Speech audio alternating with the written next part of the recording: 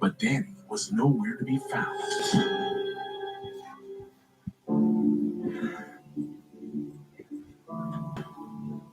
Danny has some family down in Mexico, so there's a possibility he's already across the border. We also have some family up here, so he'll be back at some point. We'll keep looking for him. Just a matter of time before we get him. From everything we've been told, it seems Anthony was killed because he got mixed up in this robbery. But all the information is coming from people that were involved as well. Unfortunately, we'll never get Anthony's side of the story. 1 month later, the victim's family is still dealing with their loss. This was Wayne, Anthony. He liked to pose for the camera. And he was happy. Wayne was my legacy. I thought he would assume everything that I need in this world. Realizing that's not going to be the case is deeply heartbreaking.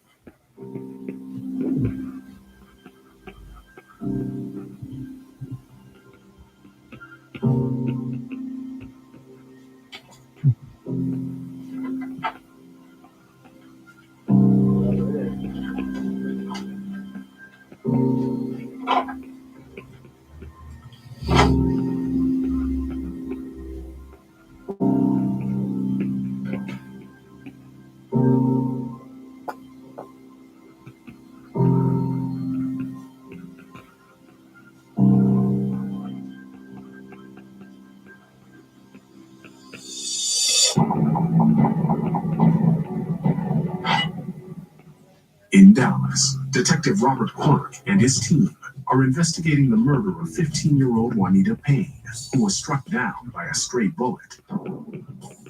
Quirk is interviewing the alleged gunman, Don Dun Harge, who's denied any involvement.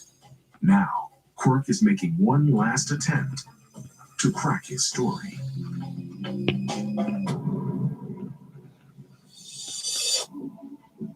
I know you were shooting out there. But I also know that you got heart here, bro. And you didn't mean to kill this girl. No matter what you say, I'm gonna lose my life. I'm gonna look good. I'm gonna lose everything.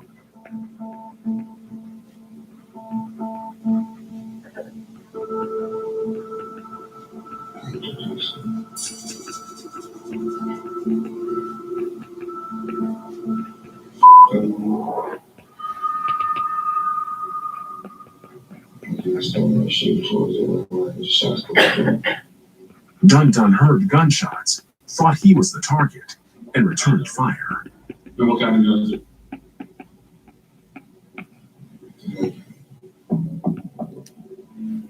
It was an AK?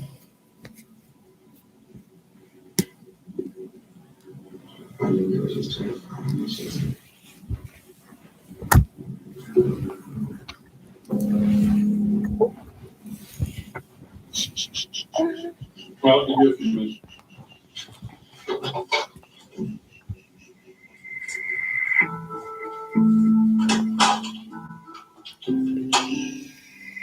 It feels real good to finally close this case. We have such a young victim with so much potential and promise in her life. You have a young kid who thinks it's cool to pull out an assault rifle at a party and start shooting. It's totally senseless.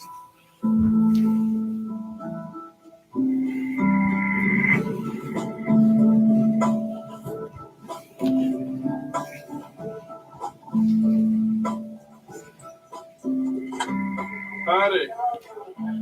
Want to come by and let you know we made an arrest. Okay.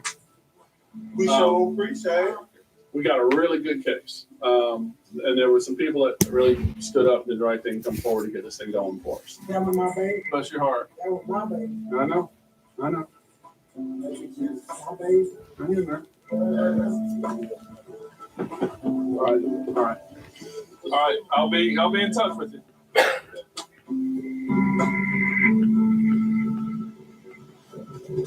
Hard to make sense of a 15-year-old girl getting shot down in jail.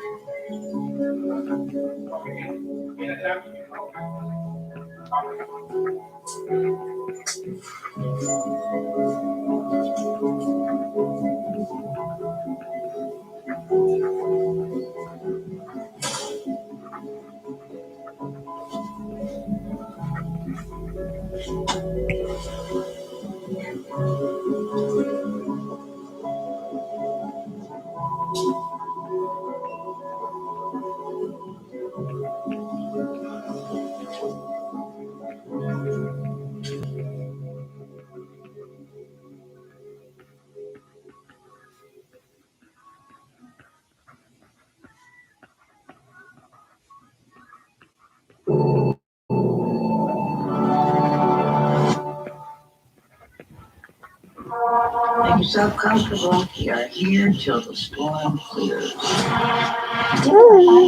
I got one bar by the tree for about 10 seconds.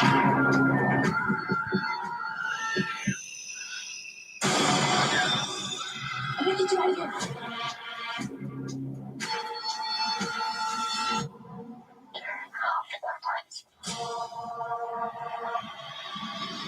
No exit, rated R.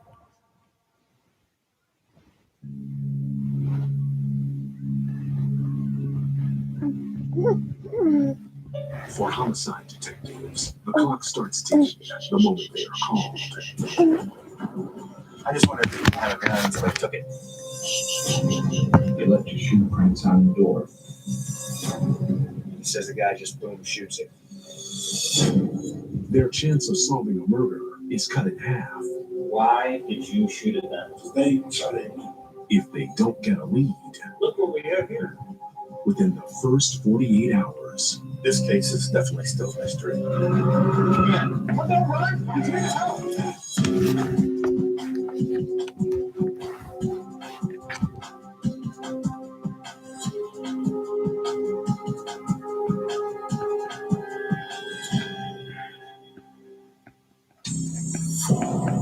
Dallas, Texas, 2 a.m.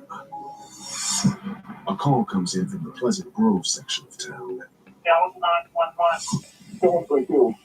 Someone shot in the house and the guy climbed up on his roof and shot him in the head.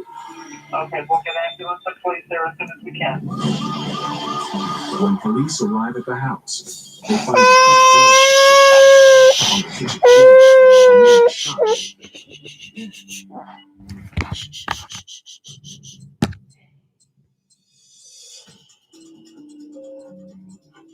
The telephone started ringing. And it was like 2 seconds.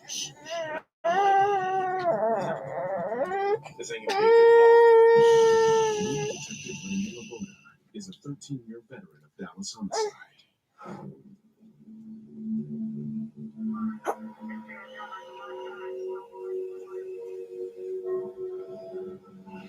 When we first got here, the kids and wife were standing here on the sidewalk. The victim's family, who witnessed the murder, is waiting to be transported to homicide. One of the kids said, my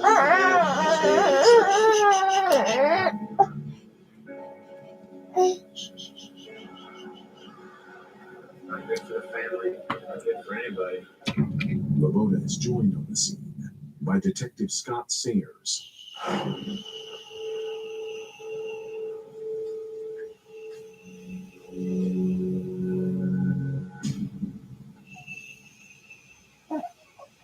Where's he shot?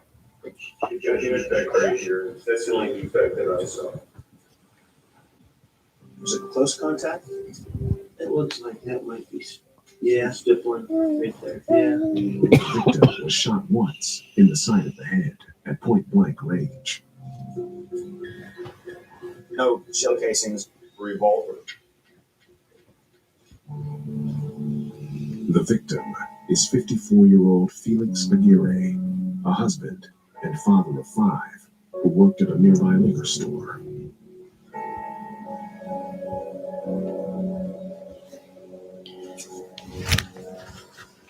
This guy's got a lot of cash on it. We'll see one here to rob us. They didn't ransack the house. Oh, they didn't ransack? No, they didn't ransack the house.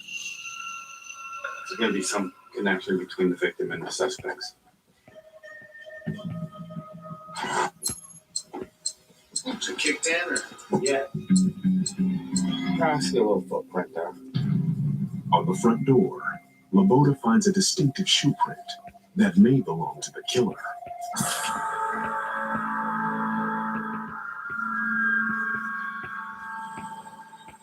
Moments later, the team gets a potential lead. Where was the, Jimmy Miller looked all sweaty, running? Patrol officers searching the area have found a man running and out of breath. He was detained and taken to homicide for questioning.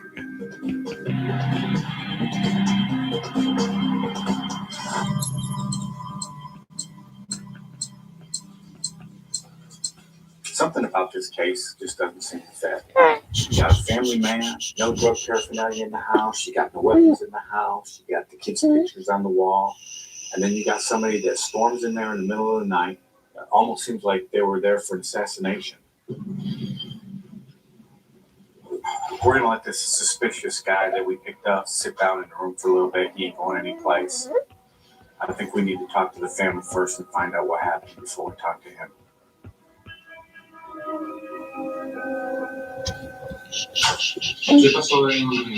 Sergeant Eugene Reyes and Scott Sayers talk to the victim's family. The son hears a boom. Obviously, the door being kicked in. They take the dad in the kitchen. He says the guy just boom shoots him. So he saw the guy kill his dad. And then all the suspects take off. He said they all had bandanas right here. The son saw 3 masked intruders. Only one of them carried a gun.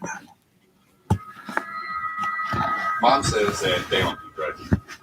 He's an evangelist, or was. I said, is there anything else you can tell me?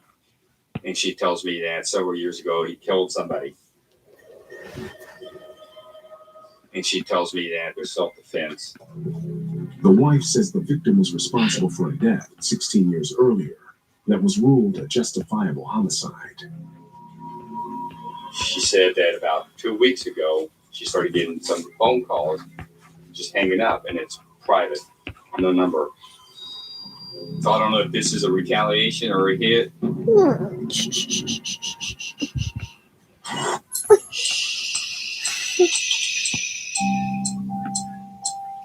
Well, the records show Felix Aguirre was arrested and charged with a murder that happened back in 1992. Was ruled self-defense. And other than that, his records complain for quite a while. If this is related to that, we're talking about a serious grudge here. Laboda looks up the man found running from the crime scene, Nestor Hernandez. He's a 17-year-old kid. The only thing he's ever been charged with is possession of marijuana. Is it possible that he's involved in this? I don't know. I just have to get in there and talk to him and find out. How you doing? How you doing? Tell me how your evening's been going. Dad, I'm over here. There was a murder up the street where you were stopped at. That's why they stopped you. Oh. We're trying to figure out if you're part of that murder.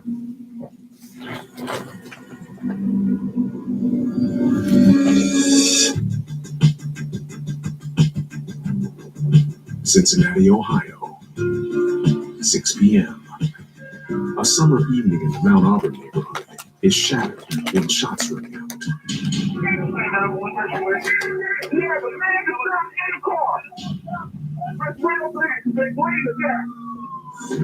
Police race to the scene and find a wrecked car in the street.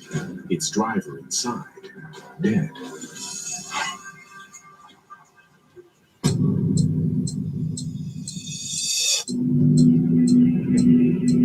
It's a bright sunny day. Tends to bring people outside. We get a lot more outdoor violent crimes. Can't say that I'm surprised that we have a homicide. Lead Detective Colin Vaughn has worked the homicide detail for 3 years.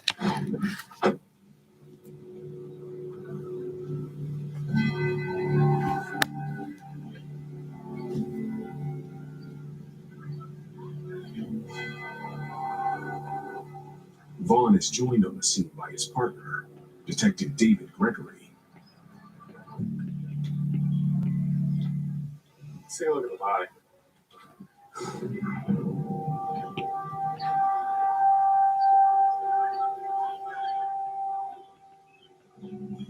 Looks like he got shot in the head. The victim is 23-year-old Kevin Leary. Leary was well known and well liked in the Mount Auburn neighborhood where he grew up.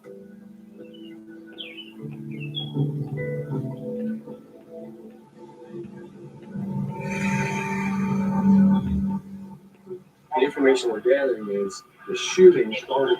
Obviously, you see where the majority of the shots fired have been identified.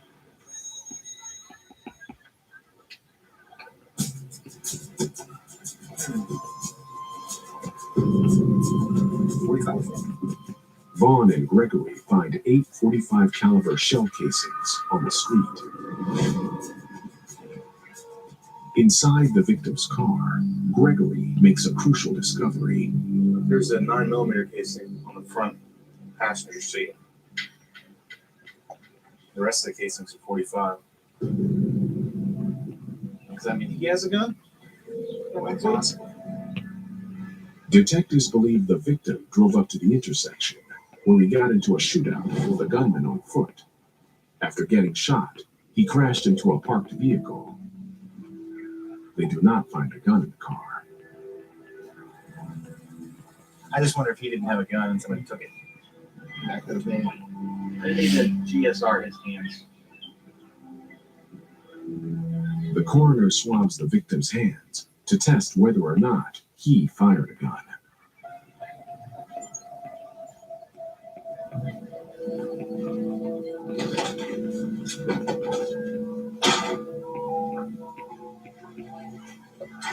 "90 minutes in, the team gets a break. An anonymous tipster says that the victim had a passenger with him at the time of the shooting. Is he giving you a name? Okay, hold on then. He's got a line on the pass. The tipster claims that the passenger is a man named Mookie who allegedly fled the scene with a gun. He lives less than a mile away. He's got, yeah, he does. Dave has located through a CI what we think to be the passenger in the victim's car. Maybe he can shed some light on what happened. We'll see what happens.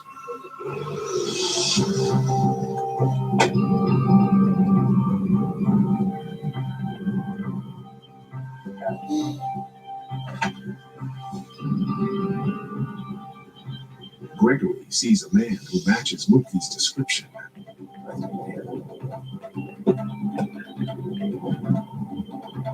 Hey, Mookie, come here. What, don't run. I'm here to help. Come on. I'm here to help you.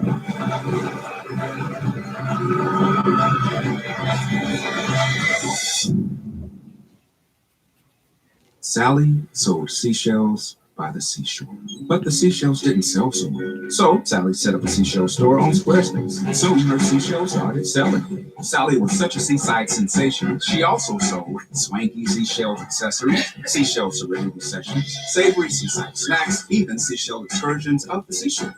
Sally's seashells were so successful, she sailed into the setting sun as a seashell celebrity. Shucks.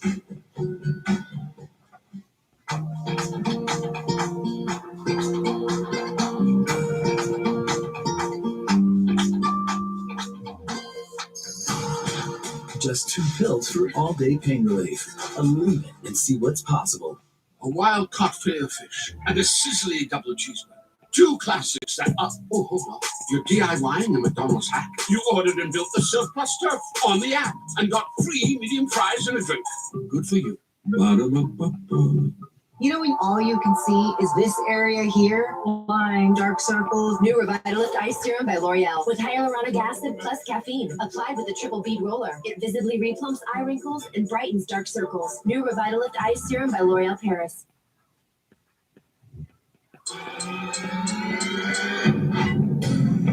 In Cincinnati, detectives Colin Vaughn and David Gregory are working the murder of 23-year-old Kevin Wheelie, who they believe was gunned down in his car during a shootout.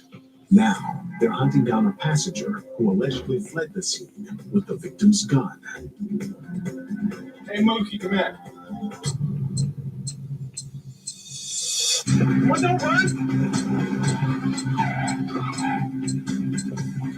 What I'm talking. Come on, get out of here. Okay.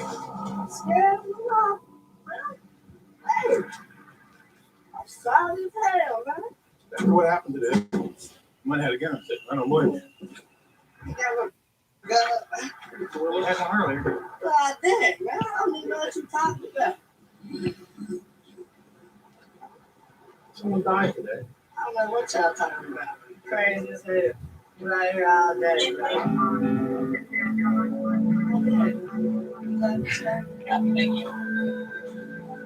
Vaughn and Gregory have Mookie transported to homicide for questioning.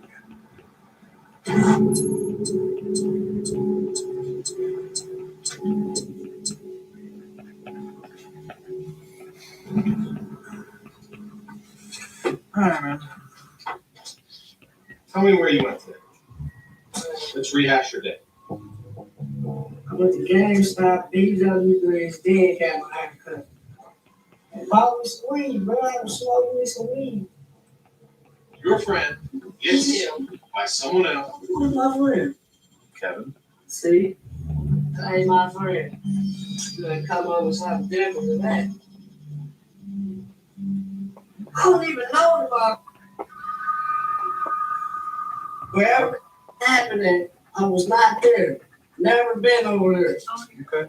You realize if you win, your fingerprints, your DNA, go back in your car. I don't even know what car you're talking about. Mookie claims that at the time of the murder, he was with a friend. Gregory calls Mookie's friend to verify his alibi. Hello, my name is Detective Gregory with the Cincinnati Homicide. Okay. All right, thanks. His alibi checks out.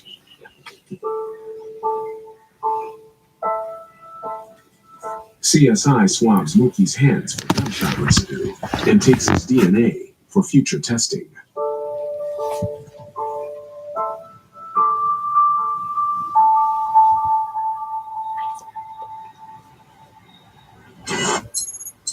The following day, Detective Gregory. Detectives get a break. An anonymous source from the Mount Auburn neighborhood claims to know what happened. You can identify the shooter.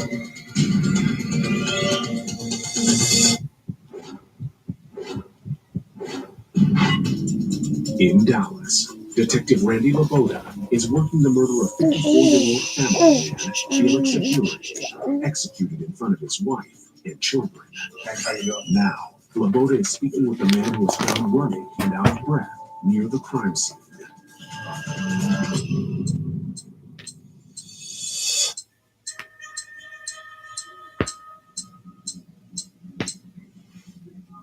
There's a murder up the street where you were stopped at. That's why they stopped you. We're trying to figure out if you're part of that murder. Anybody talk about doing anything bad tonight? We're all trying to have a fun day. Nestor says that earlier in the evening, he was driving around with some friends. I didn't do nothing wrong.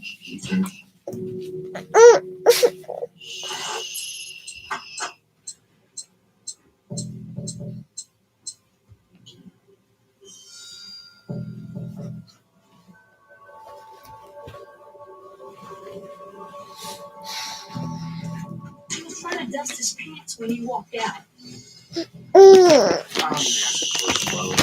She's so worried about it.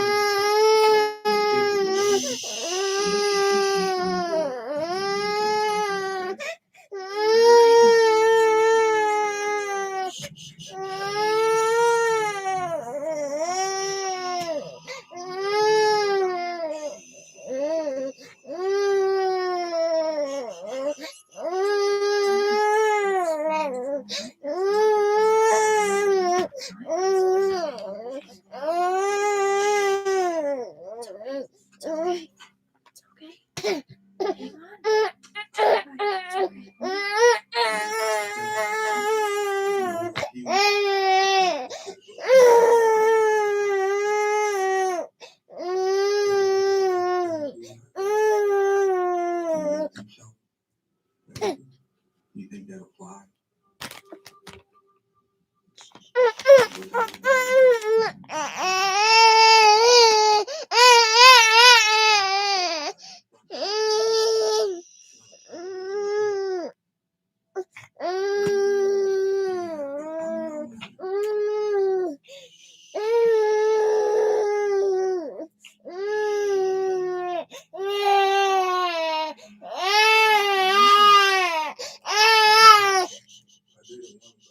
Nestor says that his friends pressured him to go with them.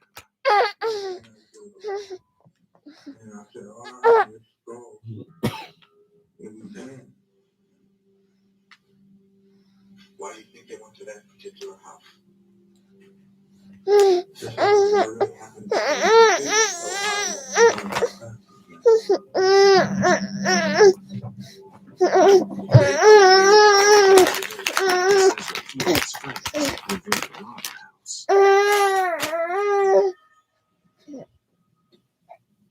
If y'all were going to go in there for liquid, why would you shoot somebody? No, I would say.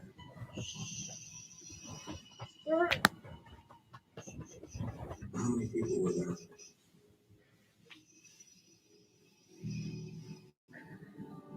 Just me, David, Thomas. Nestor says that he broke into the house with David Hernandez and Thomas Hernandez. So, who shot that guy?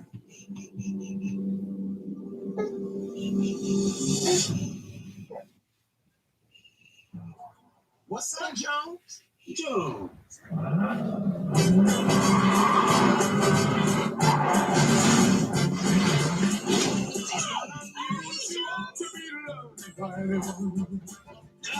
Jones. Jones. Yo.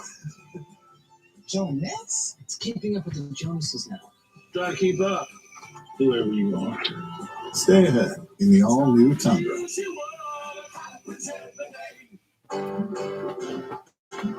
What if smartphones were more than just smart? The all-new Google Pixel 6 with a 24-hour adaptive battery that sends power precisely where you need it. Google Pixel 6.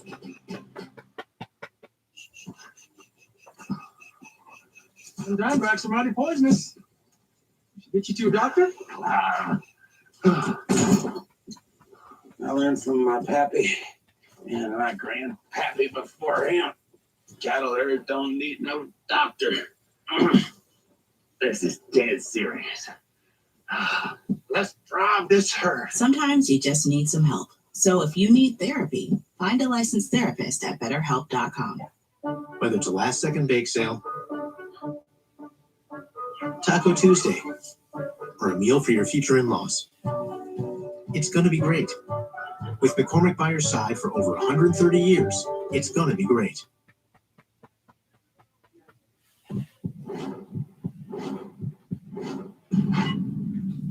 In Dallas, Detective Randy Laboda is working the murder of 54-year-old Felix Aguirre, assassinated in front of his family. Laboda is questioning a suspect, Nestor Hernandez, who just gave up the other two masked intruders.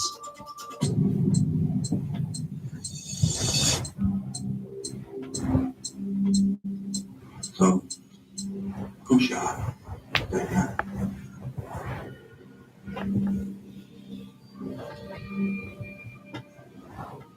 I don't know, I did it.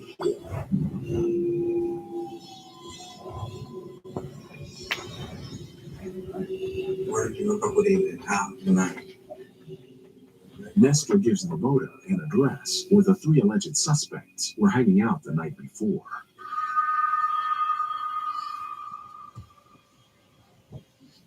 My mama told me, don't hang out with them. They don't be in trouble. Like that either.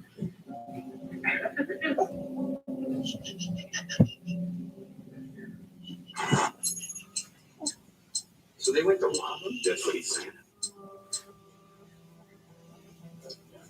Nestor is saying that he was recruited to commit a probation violations for theft, probation violations for marijuana. Thomas Hernandez, 22 years old, unlawful carrying of a weapon, possession of marijuana, aggravated assault with a deadly weapon, aggravated assault with serious bodily injury. He's got a little bit of a history. I'm not seeing how anything would connect David, Thomas, and Nestor to a homicide that took place 16 years ago. These guys were little kids back then. This case is definitely still a mystery.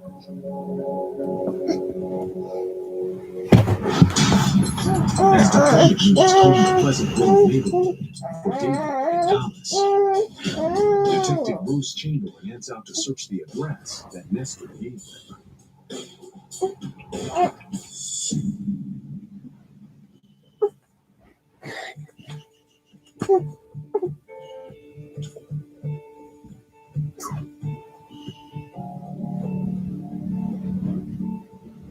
Looking for blood or anything of that nature?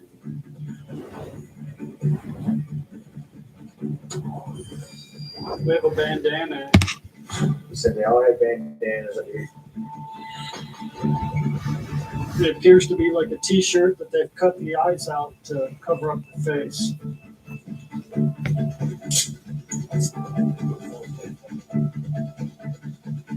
Look what we have here. It's 357 first. In the bedroom, they find a revolver that could be the murder weapon.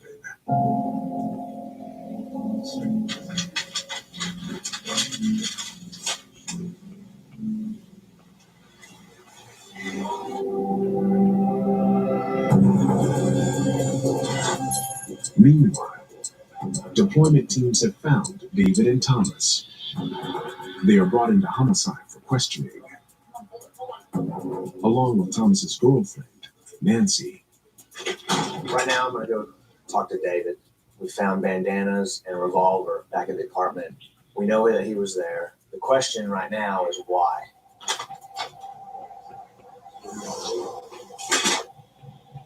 I'm checking stairs, okay, I'm with the Dallas Homicide Unit. I don't know around you. We're going to talk about all this. The case that we're working happened this morning. I believe you were there. So I was there? Yeah.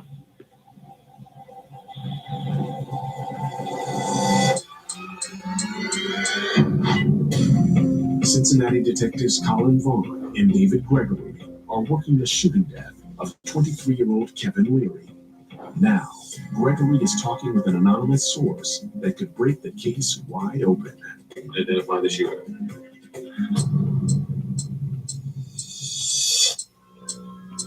Okay, what's his name? The caller says that the shooter is a young man named Robert Turnage. Word on the street is that the victim and Turnage had an ongoing feud. The tipster adds that Turnage was seen in Mount Auburn just moments before the shooting.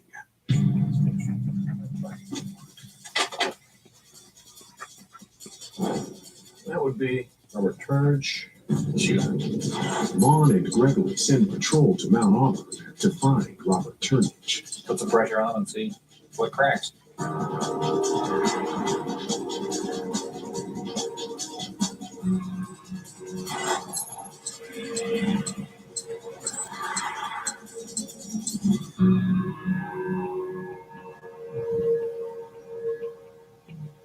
kind of in a holding pattern until something breaks.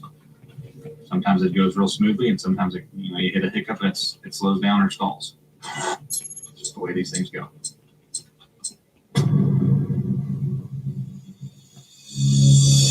In the first 48, Cincinnati detectives responded to the murder of 23-year-old Kevin Leary, shot in his car during a gunfight. Detectives learned that there was a passenger who fled the scene with the victim's gun, but they picked up the wrong man.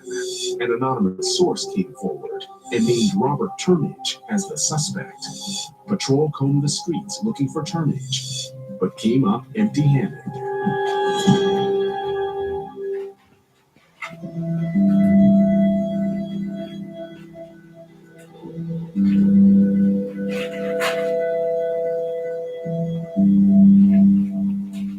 10 days later, Patrol finds Turnage at his grandmother's house and brings him into homicide. He's got a little bit of explaining to do. Hey, man. How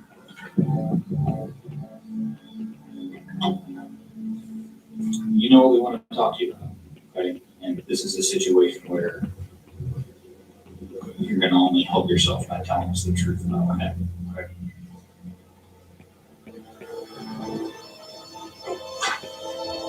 Why did you shoot at them?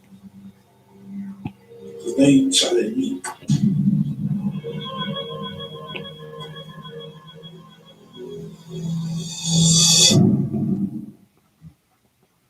We all have skills we use on the job. Okay, that skill. But there's one skill that's often overlooked. It helps people feel recognized for the difference they make. What makes them different? Could you elaborate a little bit more on what you said?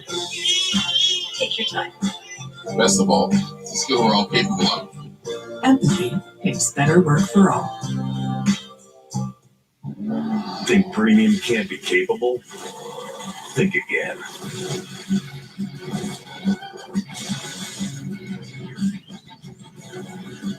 Introducing the first ever AT4 lineup. Premium and capable. That's professional grade from GMC. Step up to GMC with 0% financing on these GMC models. We are professional grade GMC. Farewell, expensive fitness gear. I can't afford you. Don't give up the things you love. State Farm has rates that fit your budget. Amazing. Oh, like a good neighbor, State Farm is there. Call or click to get a quote today.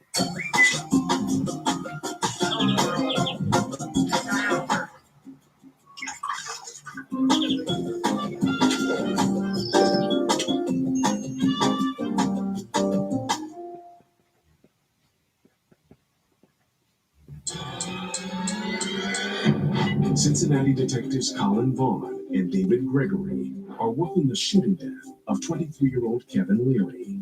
They have a suspect in custody, Robert Turnage, who had an ongoing feud with the victim. Now, they need to figure out who started the gunfight that left Leary dead. Why did you shoot at them? They shot at me.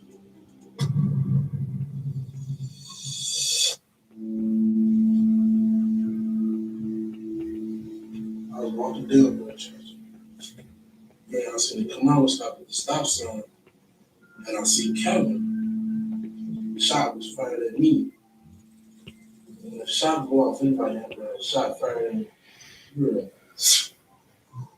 They even back, it was bang, like just like that. And I was funny. My brother came straight at me. Okay. I was done and I started firing back. I said, the car was still past. I'm pretty sure Kevin was dead. How'd you know he was dead? He went like this, and like this.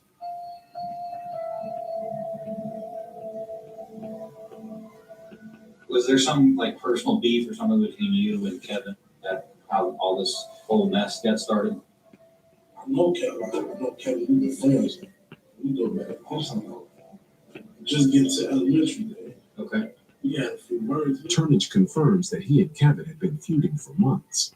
It started just with words, but slowly escalated to violence.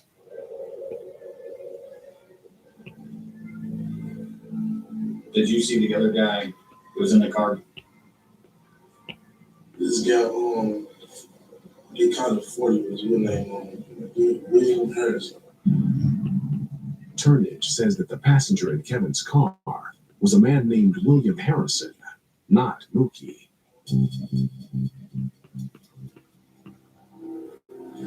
Alright, unless there's something else, I'm gonna conclude the interview at this point, and we're gonna figure out what we need to figure out.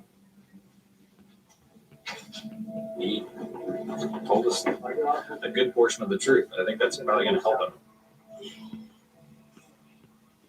I really want to get Mr. William Harrison in here.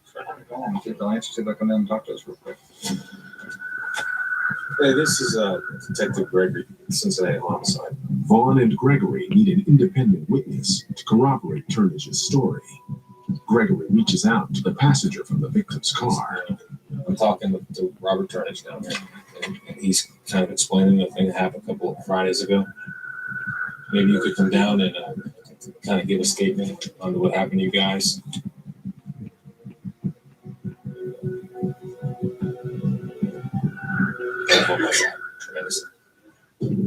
Harrison agrees to meet with detectives the following morning.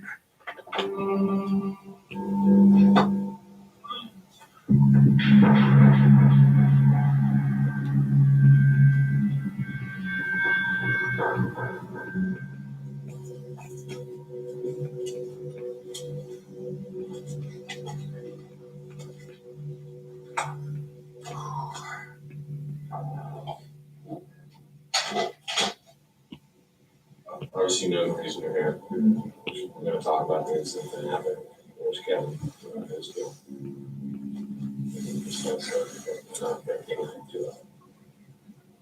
I was talking with her. When we asked, do I feel like riding around? I'm like, yeah.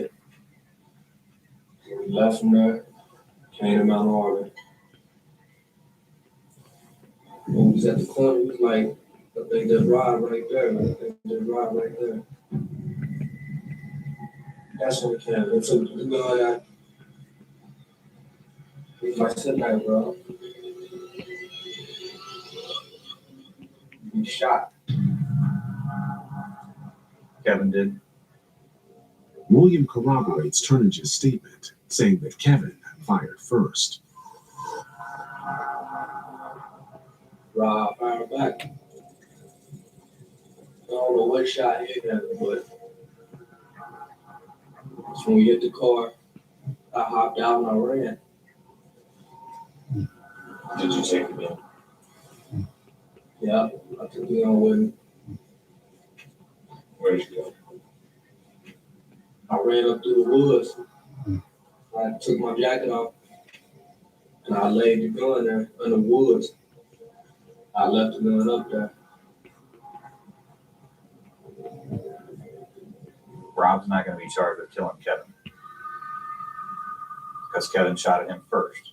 He has a right to defend himself. And I know it's tough to deal with because Kevin was your friend. I understand that. I do. I don't give this speech to people all the time, okay, because I think most of the time guys don't hear it. You need to get straightened out, okay? Stay away from it because it'll get you killed or put in prison.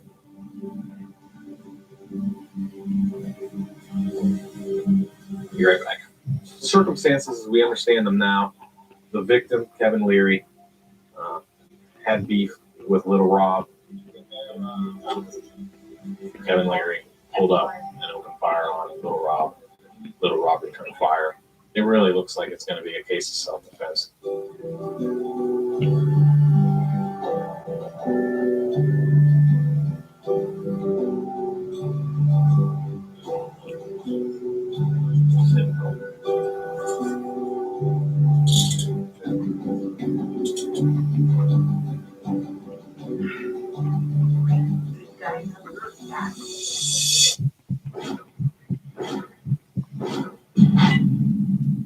Dallas detectives Randy Laboda and Scott Sayers are investigating the murder of Felix Aguirre, shot in front of his family. Patrol units found suspects David Hernandez and Thomas Hernandez. Now, Sayers needs to get David to talk.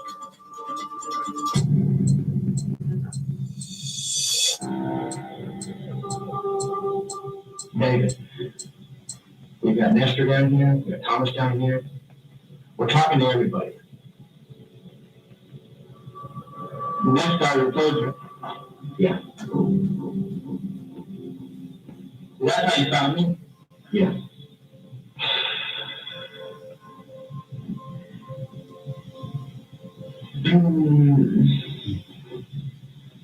What were you going to the house to do? Promote, steal some stuff? David also claims that he thought they were there to rob the victim. Whose idea was it to go steal some stuff? Well, Thomas was the one who told me about the victim. You shouldn't do that. Thomas, tell you why they couldn't bed down on if nobody's supposed to be at the house. Okay, listen to me. Straight up. Did you shoot and kill somebody? No, sir. Okay, who did?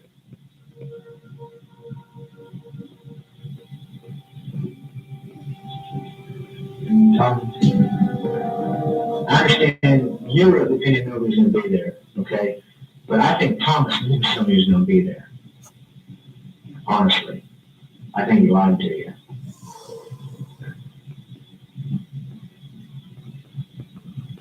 Is someone going to do?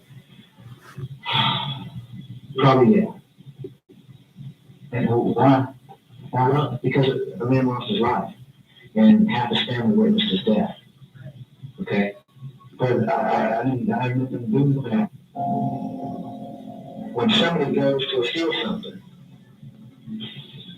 and somebody ends up dying as a result of it, okay, everybody's responsible. Right.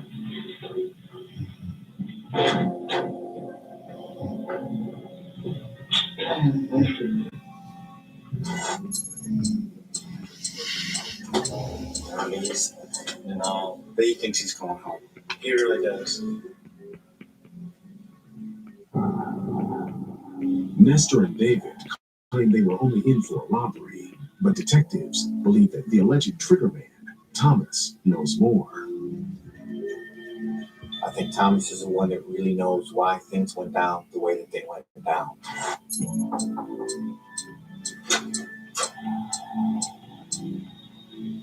Okay, you're here for a reason.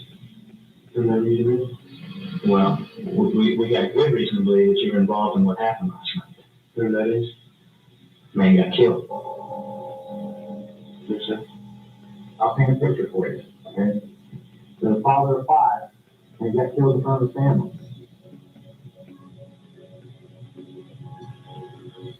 You sit here and all clammed up and not talk to me. We're never going to know your side of the story, and you're going to come out of this a cold-blooded killer. What happened inside of that house, Tom?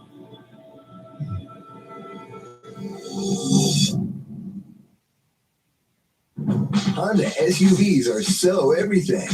From rugged all-wheel drive capability, to innovative technology, to peace of mind safety, and refined comfort. Choose from HRV, CRV, Passport, or Pilot. Discover the Honda SUV that's so right for your life. Now with the highest used car values, it's the best time to trade in and trade up to a new Honda. It's so good at your North Country Honda dealer. Men put their skin through a lot, day in, day out. That's why Dove Men Body Wash has skin strengthening nutrients and moisturizers that help rebuild your skin. Dove Men Plus Care, smoother, healthier skin with every shower. With the timeless protection of ADT, it's safe to say, you'll all sleep like a baby. that's perfect. Or it's safe to say, You're all set. it's even safe to say, We're here for you 24/7. with amazing employees like these, it's safe to say, nobody has more experience helping keep you safe than ADT. New and improved Good Kind Pure, now better than ever, with up to 7 days of color and shine. Free from unkind ingredients and still 100% vegan. Now with sustainable bamboo and marine algae. Good Kind Pure, clean color that lasts.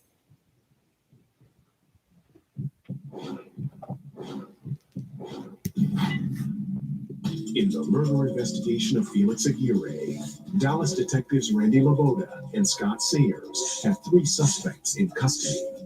Though the first 2 claim that they broke into the victim's house to rob him, detectives believe the alleged triggerman, Thomas Hernandez, knows more.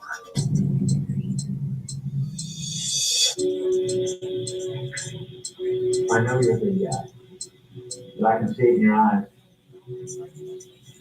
Are you employed? No, sir. The same business on the job. You know, it sucks not having money. Okay. Thomas tells Sayers that he and his girlfriend are expecting a child. Sometimes we need to cheat a little bit. Yeah.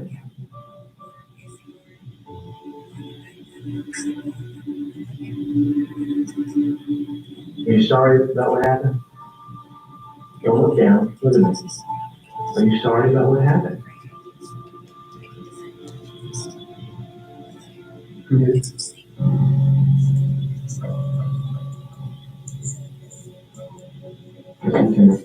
Listen to me. Come on.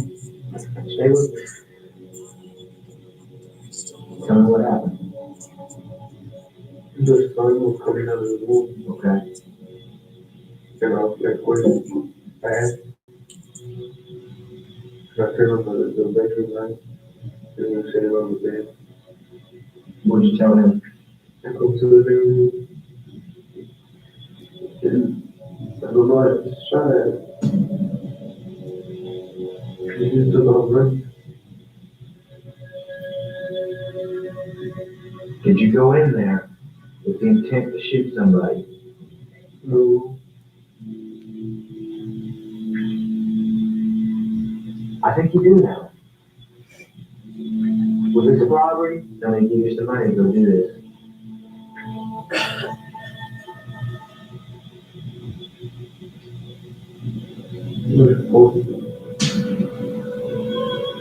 Thomas admits that he was contracted to assassinate Felix. What was the deal? How much? $50,000. Were you going to split the $15,000? That's what we thought $15,000. Nobody knew about money. He says that he used his friends as muscle and told them it was a straightforward robbery. He told you to go do it.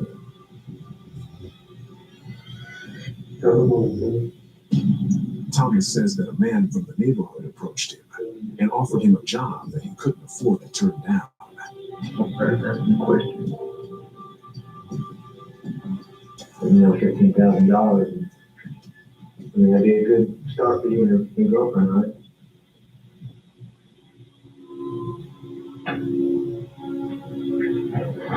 Can I tell you my girlfriend? Yeah.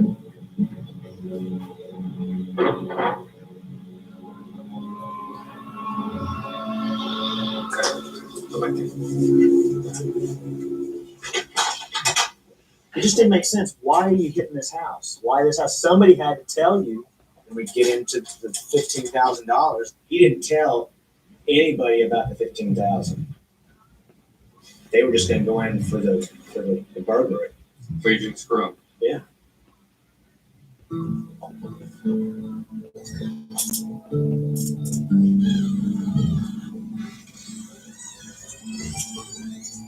Didn't appear to be a bad guy. He's remorseful. So what was the deal? What was the motivation, you know? Obviously, you're on hard times. You're struggling. But kill a guy and get $15,000 for it was his choice to take care of his girlfriend who's pregnant. Bad choice.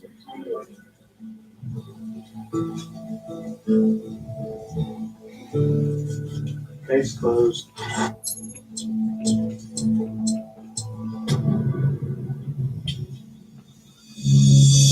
In the first 48, Dallas detectives responded to the murder of Felix Aguirre, executed in front of his family. Laboda discovered that shoe prints from a man found running from the scene matched those found on the victim's front door. Detectives apprehended 2 additional suspects and learned that the murder was a paid assassination.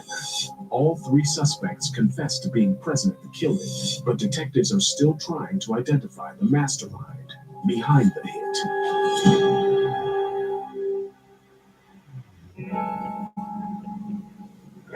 Even though we got these guys in custody, the problem that I'm having is basically these guys were all pawned in a bigger scheme. Whoever did this got what they wanted, and it didn't even cost them a dime. These people destroyed not only a life, but also the guy's family. I think when it's all said and done, we're probably going to find that this is somehow connected to Felix's past. And it might even be connected to the murder that he was involved in 1992. But we'll figure it out.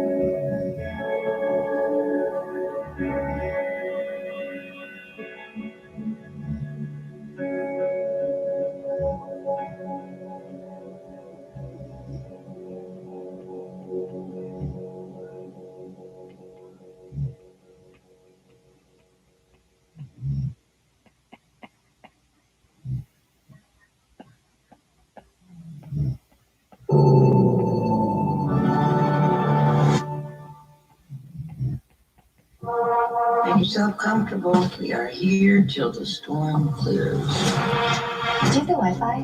I got one bar by the tree for about 10 seconds. I'm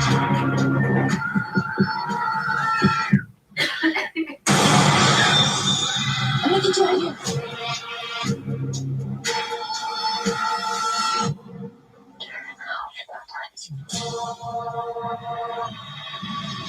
No exit, rated R.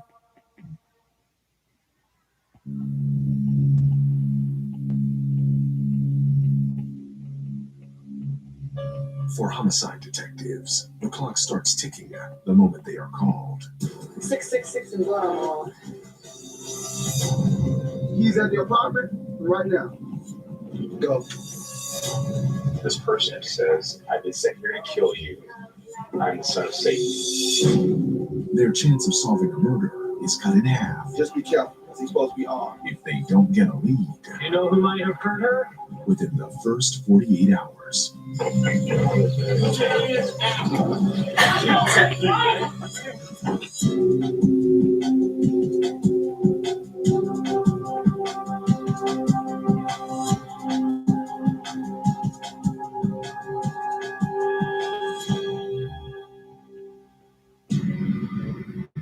Tucson, Arizona. 10 p.m. My son and a friend were skateboarding towards the Veterans Overpass, and they think they saw a big body with signs of trauma, like blood. We'll get somebody out there to check it out.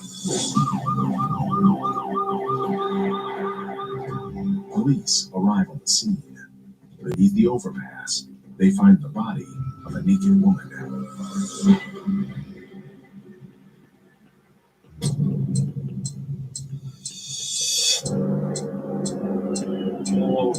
We're heading to a report of a body, what I understand, under a bridge, and she's naked, and that's never a real good combination. Lead Detective John Dorer is a 19-year Tucson police veteran.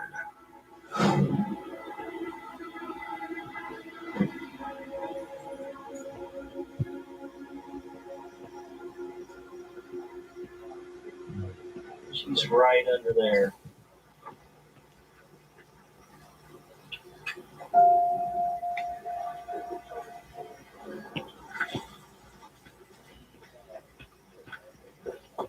It's nice and hidden, that's for sure.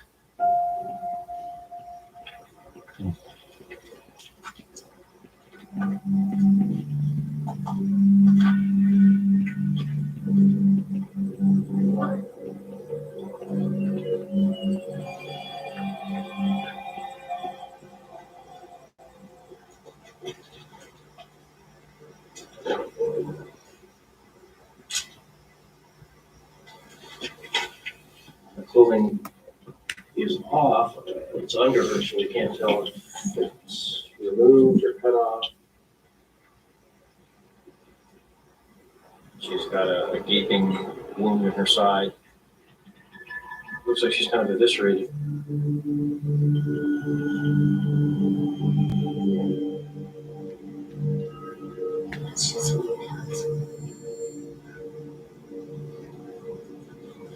More cuts along the backside.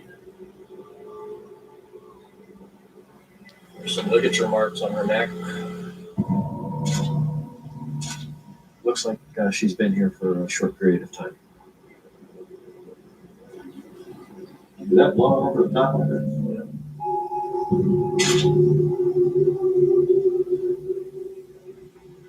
666 and blood on the wall.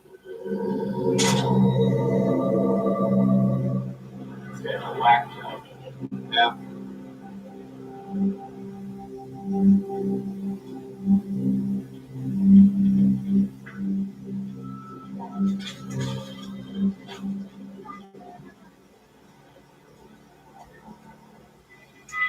20 feet away, detectives find what could be the victim's possessions.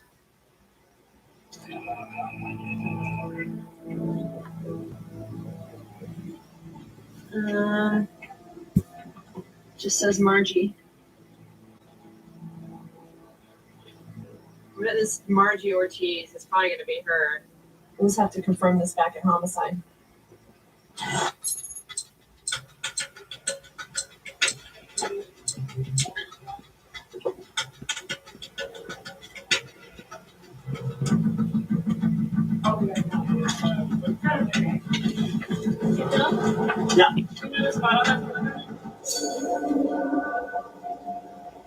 Smears. And we're going to get a mixture on the lip, hers and the suspects. We're going to send this bottle and the rest of the evidence off to the lab. With any luck, we'll get some good DNA. The DNA could take a while, so we're going to find out who she was and about her background.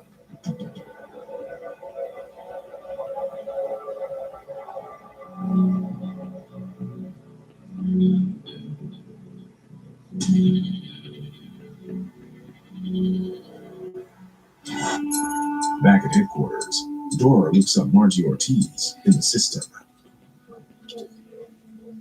That's going to be her. That's her victim. 58-year-old Margie Ortiz was a homeless woman who often panhandled in the vicinity of the crime scene. Looks like her family is in Mexico. She's been here for a while. And sometimes working a case in the transient community is difficult. While they all seem to have a lot of contact with each other, they don't keep track of where everybody is at. She went through a lot before she died. Nobody deserves that.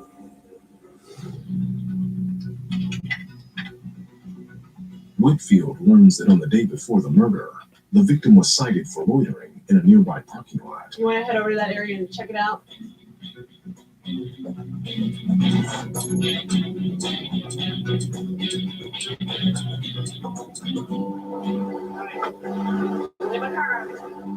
Detectives talk to a food vendor in the parking lot.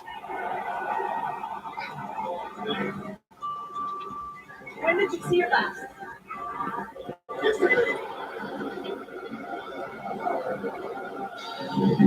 Was she with anyone?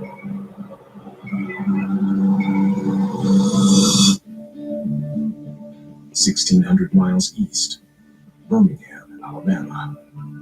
Just before midnight, shots are fired outside an apartment complex in the Fountain Heights neighborhood. Birmingham 911. A friend of mine called and told me somebody was shooting my son. You come out, sir? Yes, ma'am. I'm on my son right now. I'm just trying to find my son. Okay, sir. Police arrive at the scene and learn that the victim fled in his car while being shot at. After searching through the night, patrol finds a crashed car a half-mile from the apartment complex. Inside is a young man, dead. We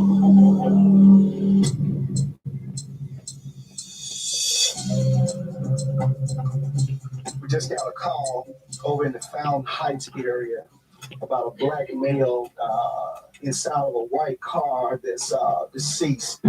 Detective Eric Torrance has been with Birmingham Police 14 years, the last 4 in homicide. This is likely going to be related to the shooting last night.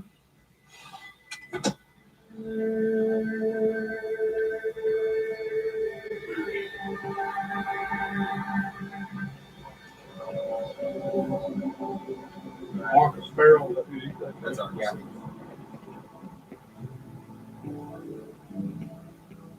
The victim is 19-year-old DeMarcus Farrell. Known as D to friends and family, DeMarcus worked with his father installing car stereos. They've been looking for him. They rolled this whole area up until the sun came up.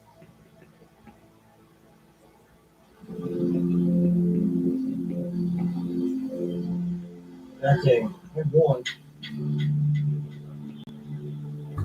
The victim was shot once in the chest. Right there, 24. We got one hole on the back. Right down here. At least 2 in the car, 1 in him, that's 3.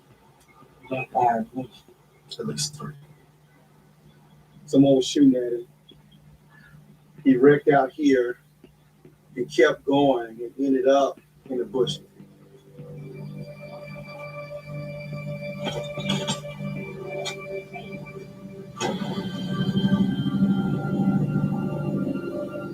We're gonna go up here to the apartment.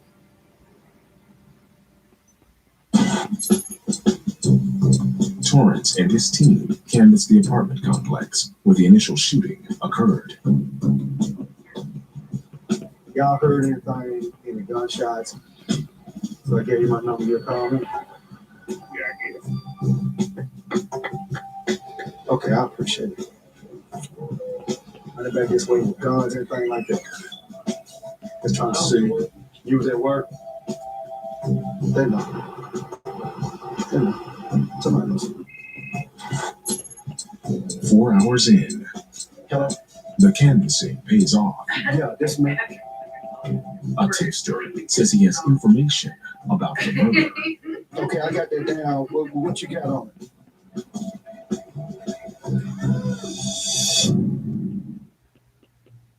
Sally sold seashells by the seashore. But the seashells didn't sell so well. So Sally set up a seashell store on Squarespace. Soon her seashells started selling. Sally was such a seaside sensation, she also sold swanky seashell accessories, seashell serenity sessions, savory seaside snacks, even seashell excursions up the seashore. Sally's seashells were so successful, she sailed into the setting sun as a seashell celebrity. Shucks. You can't be great at everything. Nobody is. What you can do is get help from someone with experience. Someone like an H&R Block tax pro who get your taxes done right. Online and in person. Help is here. Remember when this was one of your biggest worries? At Overstock, we have your next project covered. With our amazing deals right at your fingertips. From home office and kids' desks, to home decor and area buzz, to creating your new favorite room outside. Plus, uncomplicated, free shipping on everything. Overstock, where quality costs less. New Lash Paradise Mascara from L'Oreal Paris. 20 times more volume, up to 2 times more length. A clump-resistant formula, now infused with caring floral oil. Take your lashes to paradise. New Lash Paradise Mascara from L'Oreal Paris. We're worth it.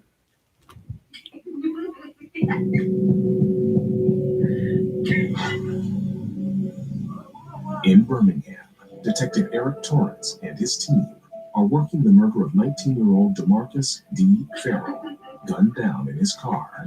After canvassing the scene, Torrance got a call from a tipster offering information about the murder.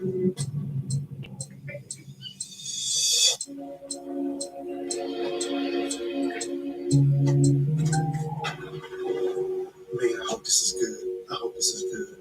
just gonna meet up at a point later. He's gonna call me back a little later, so we'll check with him.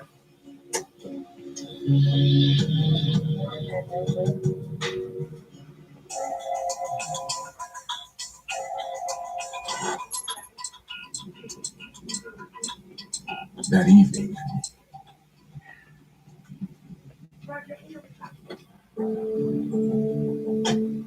Hey, I appreciate it. I really do. the tipster says he got the story from a friend who witnessed the shooting at the apartment complex. What'd she say? We walked into the car, said, "Give me the money." The victim was sitting in his car when the suspect attempted to rob him. Pulled the gun out their pocket. He says the victim then sped off and the suspect chased after him. Shoot his arm in the car. 3 more times. The tipster says he knows the suspect from the neighborhood. When I said, "Strong," he got muscles in his face. What they call you? Team, we call him on those team. That's what they call him, Rob Smith. He says his friend who witnessed the shooting is too scared to come forward.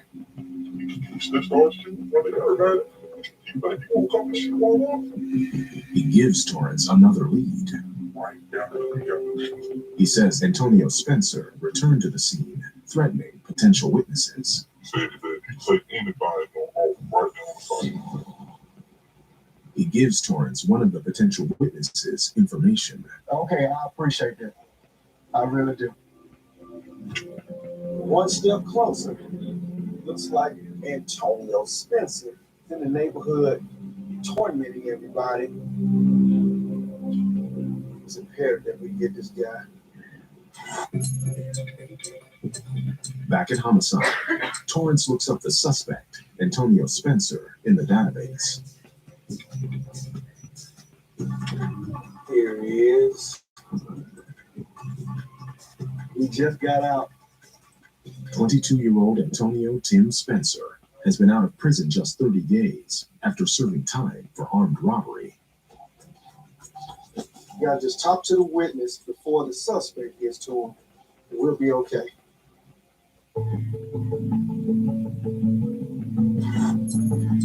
The next morning, This kid needs to step up and do the right thing for the victim and the community. Hey, I'm working with his family right now. You follow what I'm saying, man? He's dead. He can't speak no more. So I got to let you speak for him.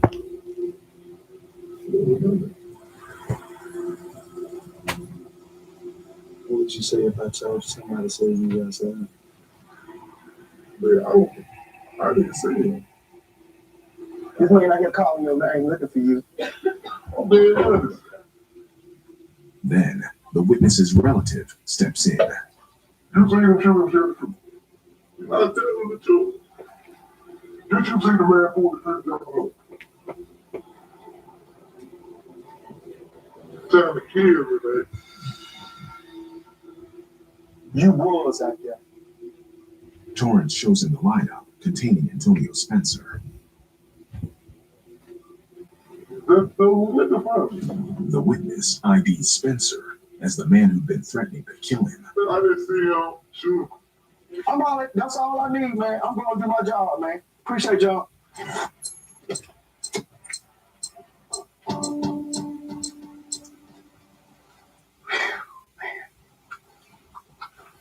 Beautiful.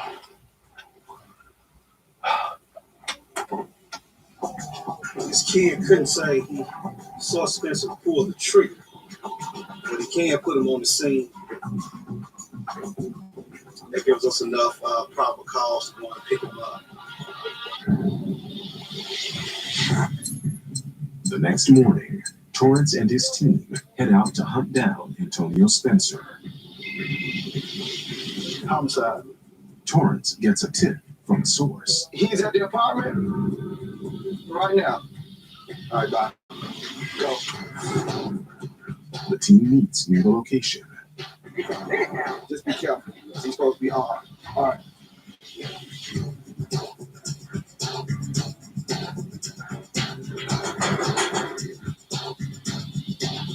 Anybody else at home? Okay, clear.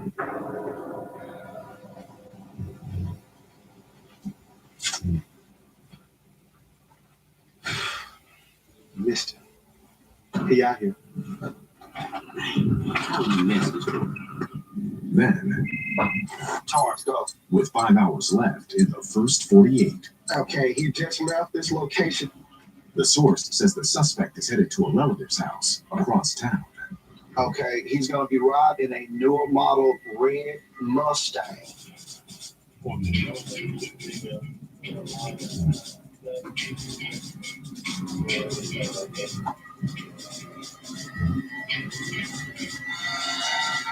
Red Mustang right here.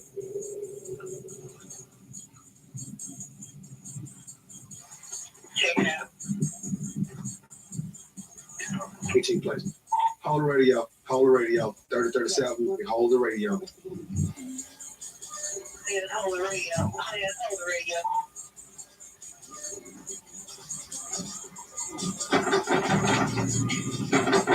Come to the door, Birmingham Police Department. Antonio, come to the door. Antonio, lay down. On the floor. Put your hands out. What is going on? We ain't trying to do all that. Put your hands to the back. Come up on your knees.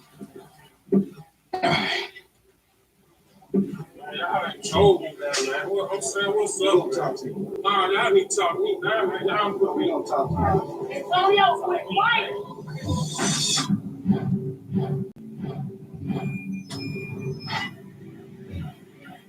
In Tucson, Detective John Thorer and his team are working the murder of Margie Ortiz. Detectives learned where Margie was the day before the murder. Now, they need to find out who she was with.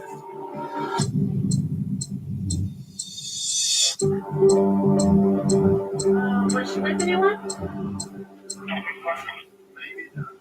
The vendor says the victim was with other homeless people in the area, but he can't give them a solid lead. Gracias.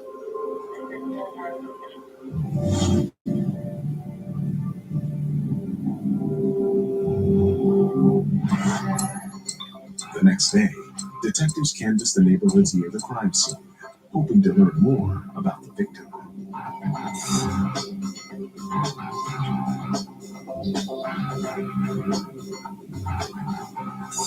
You know that lady? Lord. Yeah. You know who might have hurt her? No. Did you know her very well? No, dude. She didn't bother nobody. All she did is beg for money. You know, that's all she did. Have you heard any people talk down the street about what happened to Margie? I haven't heard nothing. Do you know anyone who might want to hurt her? No, I don't. You don't ever know. You never know. Right. She's innocent as a kid, you know, and I liked her. A homeless woman like Margie who's living on the streets is going to be more vulnerable because of the alcohol and the drugs and abuse that goes on out there. And it's sad because she seemed like a really nice woman, but nobody really looked out for her while she was out there.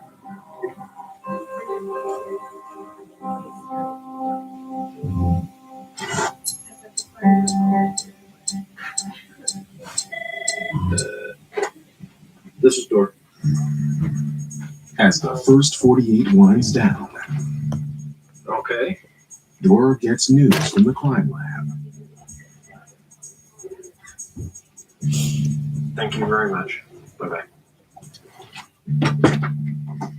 We got DNA.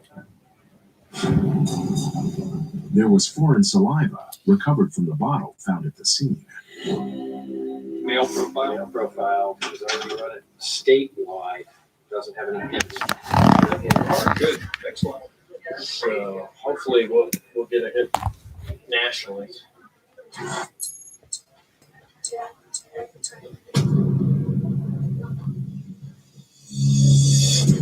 first 48, Tucson detective John Doerr and the homicide team were called to investigate the brutal killing of Margie Ortiz.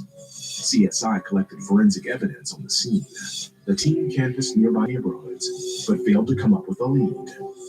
Then Doerr learned that an unidentified man's DNA was found at the scene.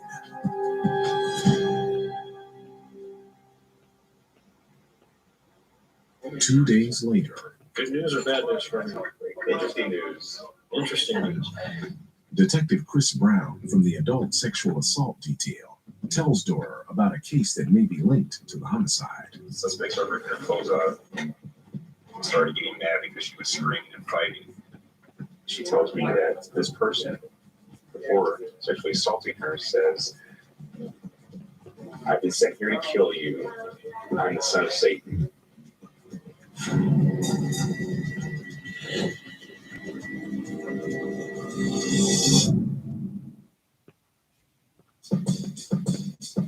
What if smartphones were more than just smart? The all-new Google Pixel 6 truly sees you, not a blurry face. And for things you don't want to see, it removes them instantly with Magic Eraser. On our most advanced and inclusive smartphone camera yet, Live Translate speaks your language and hers. It's the phone that understands we're all different. Google Pixel 6. For all you are. Sometimes I wish you kids had a little more room to grow. Let's make some room. Compare mortgage rates for a place with some extra space. Compare your way there. Find the smartest financial products for you on NerdWallet.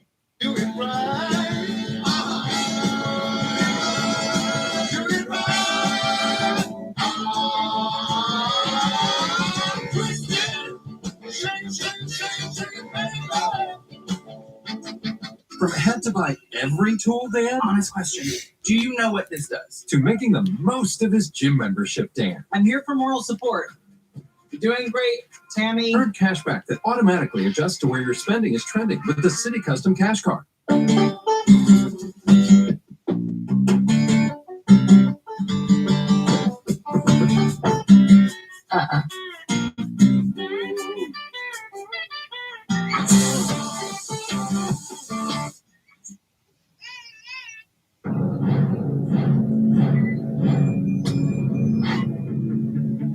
In the murder investigation of 58-year-old Margie Ortiz, Tucson detective John Doerr and his team recovered DNA from their crime scene, but haven't been able to match it to a suspect. Now, they've just learned of a sexual assault case that bears a striking resemblance to their homicide. This person says, "I've been sent here to kill you.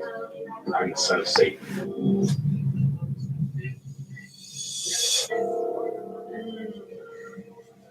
She was then strangled with a belt that she thought was steel. The suspect then started hitting her in the head with a cement block. He says the victim survived because a homeless man wandered onto the scene and scared the suspect off. We sent the belt and some other items to the lab for testing. Okay. Give me a list of the forensics so we can start getting that upgraded to the top of the list. Okay. I'll get that to you. Well, we're going to see if we can come up with any forensics that tie these things in positively.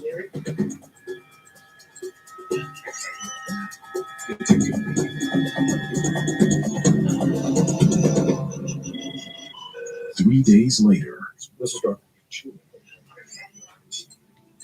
Okay. the DNA from the bottle on the homicide scene matches the DNA found on the belt in the sexual assault case. So our suspicions were correct. We're dealing with the same guy in both cases. Fortunately, we didn't get a hit on the national database. A little frustrating, but now we know that the rape and the homicide are connected, and that may help us track this guy down. My victim is a homeless female. The victim in the assault can only provide a general description of the suspect. Native American male, about 5'8", medium build.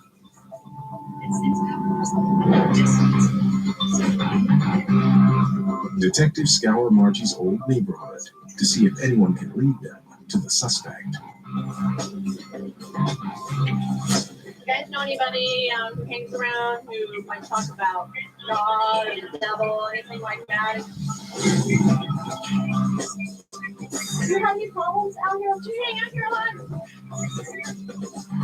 Several days later, detectives are no closer to solving their case.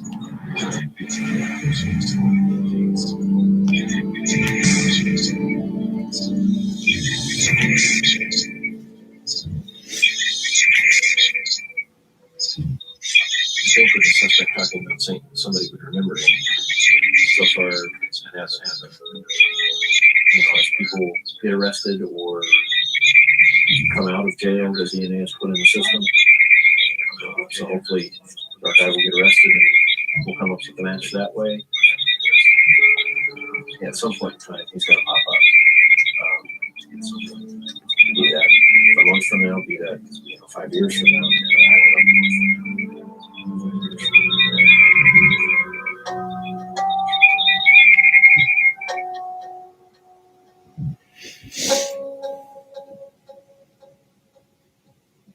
11 weeks later,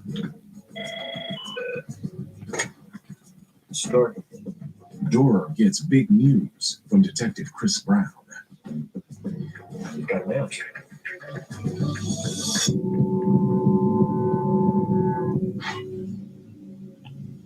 In Birmingham, Detective Eric Torrance and his team are working the murder of 19-year-old DeMarcus D. Farrell. The team identified the alleged shooter, Antonio Tim Spencer, and tracked him down.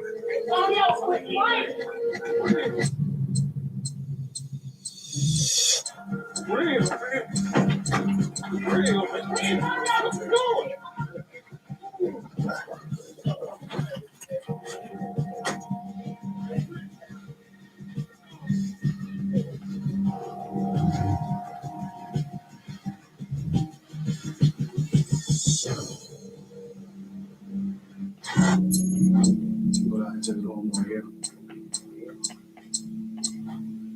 Just have a seat right here, man. He was pretty combative about even coming down here, but we'll see. He's calmed down a little bit and see if he's going to talk to us. Detective Roy Bristow will assist Torrance with the interview. All right, Tim. I'm not going to talk to you about business out in the street. You don't do that. You know what I'm saying? I want to talk to you about a murder that happened over at High State. You do know of the incident, correct? Yeah. I don't know exactly of it, how or what went on. Tuesday night. Where were you Tuesday? Tuesday night. I go to the club Tuesday. I know I was with my girl.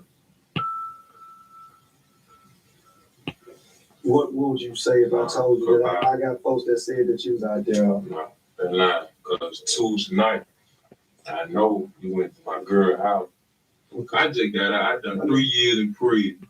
Now I got out. Tim claims that on the day of the murder, he was nowhere near the neighborhood where Dee was shot. I'm just trying to figure out why these folks would say you was involved in homicide. They lying. They telling a lie, not telling their face, and then the judge face and whoever else face. Tony, y'all. The thing is, there's always two sides to every story. Okay? What was you trying to do? Was you trying to go cop some weed? I wasn't trying to cop. Man, I wasn't there. I'm telling you, it can't roll like this. Why they like walking up to the man car in front of man, whatever, however they seen him with, in front of everybody. Who said it went like that? You started everybody saying they seen me. We're just trying to get it from you what was said between you and him. I ain't been on that close to him saying that to him. Okay, so you telling us you weren't there at all. I was asleep. Yeah, my girl, we did after I was asleep. Hey, give us a minute.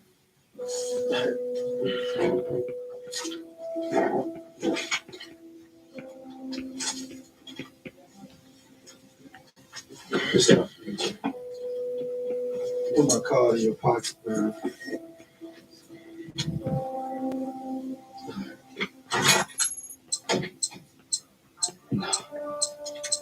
He's not gonna come off of it. I'm just gonna send him over to the jail and detain him till I finish getting my case together. Hey man, why did you say that, man? Hey man.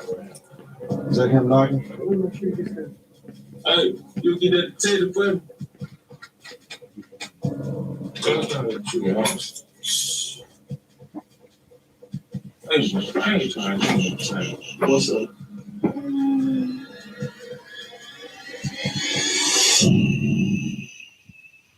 Before treating your chronic migraine, 15 or more headache days a month, each lasting 4 hours or more, you're not the only one with questions about Botox. Botox prevents headaches in adults with chronic migraine before they even start, with about 10 minutes of treatment once every 3 months. So ask your doctor if Botox is right for you, and if a sample is available. Effects of Botox may spread hours to weeks after injection, causing serious symptoms. Alert your doctor right away, as difficulty swallowing, speaking, breathing, eye problems, or muscle weakness can be signs of a life-threatening condition. Side effects may include allergic reactions, neck and injection site pain, fatigue, and headache. Don't receive Botox if there's a skin infection. Tell your doctor your medical history, muscle or nerve conditions, and medications, including botulinum toxins, as these may increase the risk of serious side effects. In a survey, 92% of current users said they wish they talked to their doctor and started Botox sooner. Plus, right now, you may pay $0 for Botox. Ask your doctor about Botox today.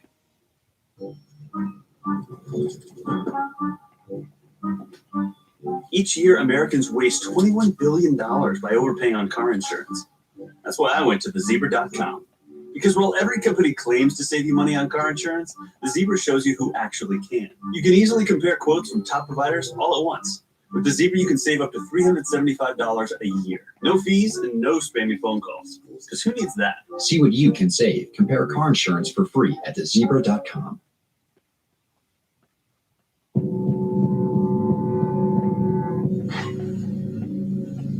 In the murder investigation of 19-year-old DeMarcus Farrell, Birmingham detective Eric Torrance and his team have their alleged shooter, Antonio Tim Spencer, in custody.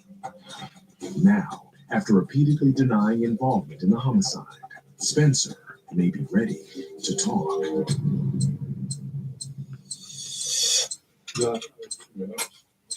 What's up? I ain't trying to do no time. I promise you, man. Man, I'm old. Man, I promise you, man. Why would they lie on you like that? I don't know, man. Look at me, man. I'm looking at you. Oh, And they describe you, Tim.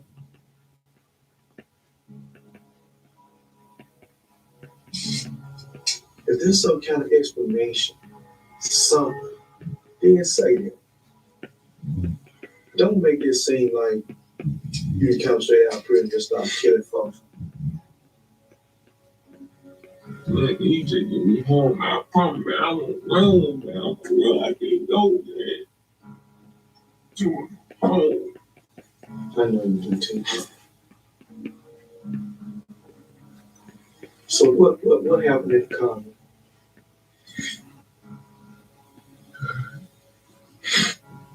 I walked up to the dude car. And the dude, we got some video set. Mm-hmm. The dude, I see who you with your bitch in from my car, I don't know you. And pulled the pistol outside the back. He pulled the pistol. I just see the bad guy. You beat down your car when he came up. I just like, I ain't really kidding me. Well, see, okay, I can understand it, man. I can understand it, man. It's all right. Yeah, you my information, man. Please, I need. Just let me go home, man. For the night, man. All right, man. Let me go ahead and As the clock winds down, Torrance closes his case. Good job. In the first 48, Birmingham detective Eric Torrance and his team were called to investigate the murder of 19-year-old Jamarcus Farrell. Torrance learned from a tipster the name of his suspect, Antonio Tim Spencer. An eyewitness identified Spencer as the man who'd been threatening to kill him. The team tracked down their suspect, and after several hours, Antonio Spencer confessed to the shooting.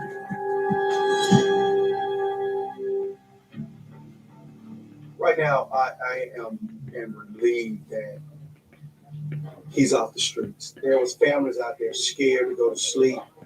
They had nowhere else to go. He claimed that our victim had a gun, but I just don't really think that was the case. I think that the motivation was robbery. All he wanted to do was just to go home for just one more night. But unfortunately, we're not going to be able to do that. He got to pay for the crime that he done. There's nothing that I can do about that. Yeah, let's go.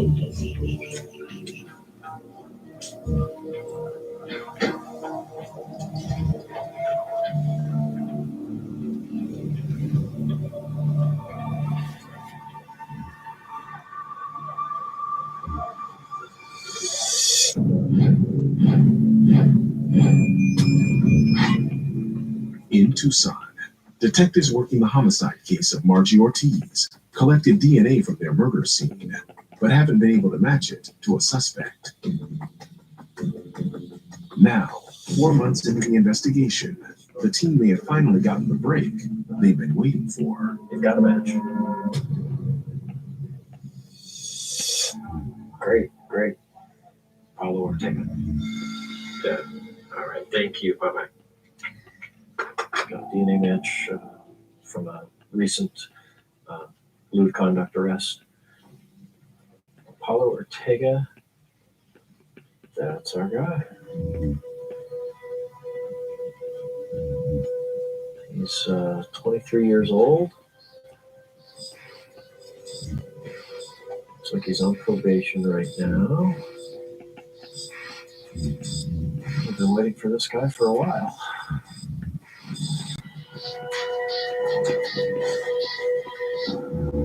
The next day, Apollo Ortega is arrested at his probation officers and brought in for questioning. I think, first of all, we'll get him comfortable with us and discuss your assault. If he's going to talk about that, then we'll go on to the homicide. Key here is get him talking. Let's do it. Let's go.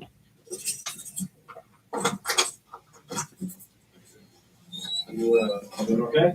I want to ask you some questions about some stuff. Your name kind of came up with a couple of things. Yes, sir. Okay. Where are you living these days?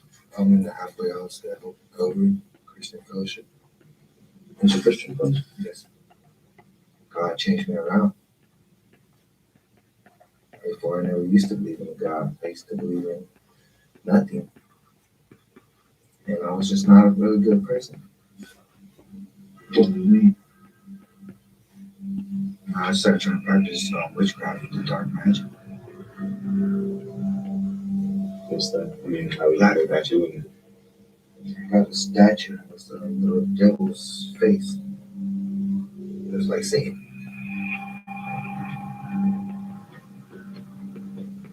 I just worshipped it. Saying, hopefully one day soon I'll be in heaven. I'll just do your will.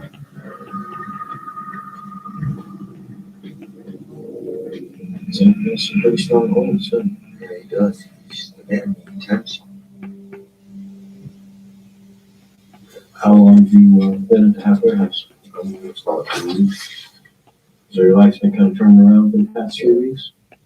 I actually changed. I'm actually making a difference. And it seems like you have. Because before I was just like a child. You know what you did, Apollo? You decided to be a man.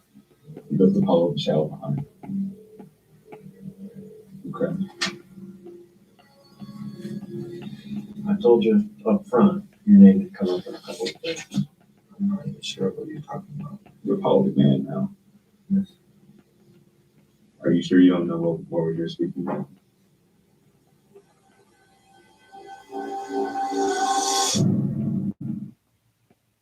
Pods Ultra Oxy one-ups the cleaning power of liquid. Can it one up whatever they're doing? For sure. Seriously? One up the power of liquid, one up the toughest stains. Any further questions? One up the power of liquid with Tide Pods Ultra Oxy. I love wheels. Colorful wheels, glossy wheels, two-piece wheels, blackout wheels, luxe wheels, exotic wheels, gold wheels, bronze wheels, flashy wheels, steering wheels. This wheel, this wheel, this wheel, big wheels, bigger wheels, mini wheels, massive wheels. No matter what wheel I'm feeling, eBay Motors has the right parts at the right prices. That's right.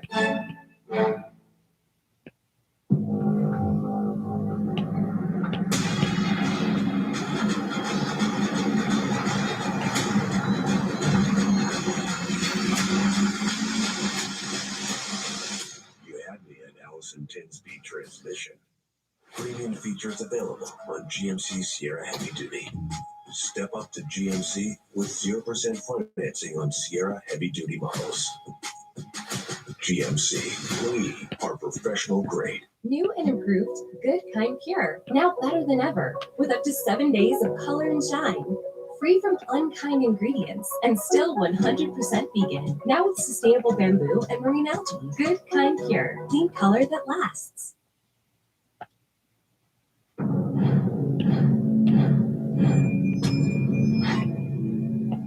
In the murder investigation of Margie Ortiz, homicide detective John Dorer and sexual assault detective Chris Brown have their suspect, Apollo Ortega, in the interrogation room.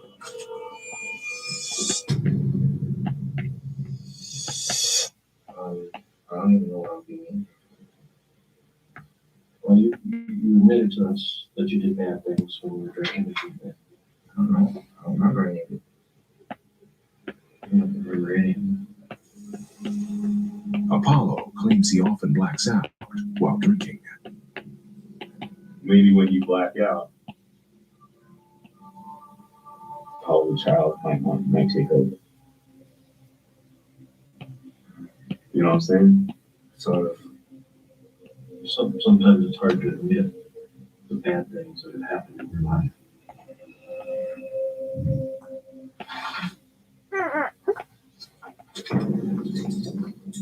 Brown shows Apollo photos of the sexual assault victim's injuries. Apollo, what you do right now, you can determine the person who you're going to be. Do I have your full attention? Yes, sir. I know two things. You were involved in this. And the second, you didn't black out. You didn't. Do I still have your full attention? Yes, sir. It's not easy. Being a good man isn't easy. Who do you want to be? You want to be a man or a child? This looks like it could have been done by a monster. What was going on in your head, man?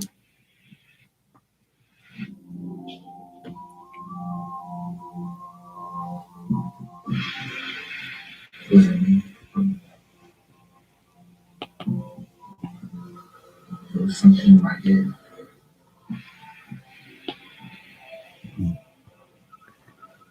Like, it wasn't me. It was the like child in me. He just like let loose.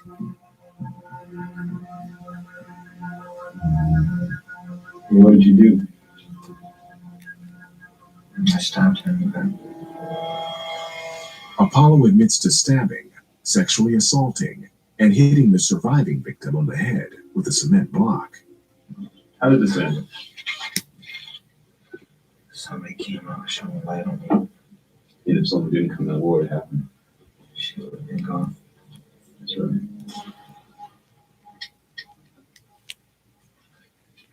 Dorer shows Apollo a photo of Margie Ortiz. It happened with Margie. A few days later, I know it wasn't Apollo the man.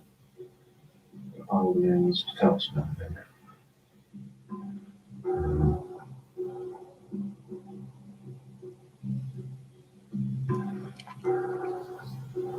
I was walking with her. changing it. Apollo says he was with Margie and one of her friends. He says he wanted to buy some crack.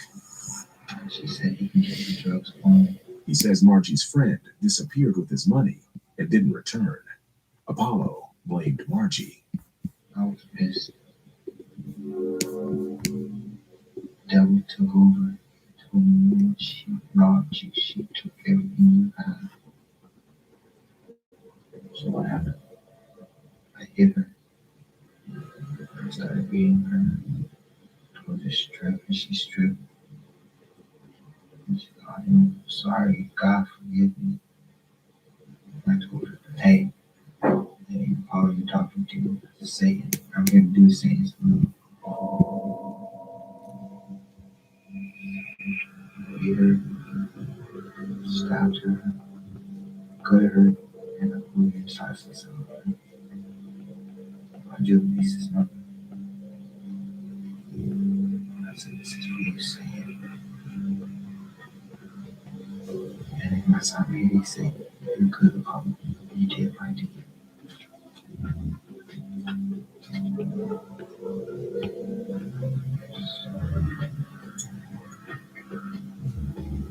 You're charged with these crimes. I knew this day was coming. I dreamed about it before. For the time for the rest of my life, so be it. This is God's will.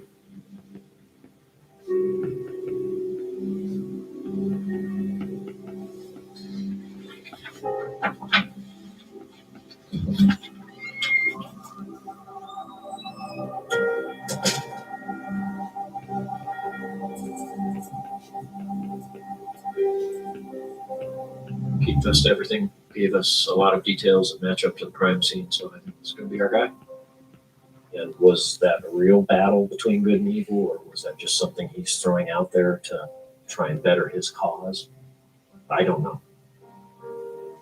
So, detectives, crime lab, everybody came together on this one, and it all worked and got the guy off the street.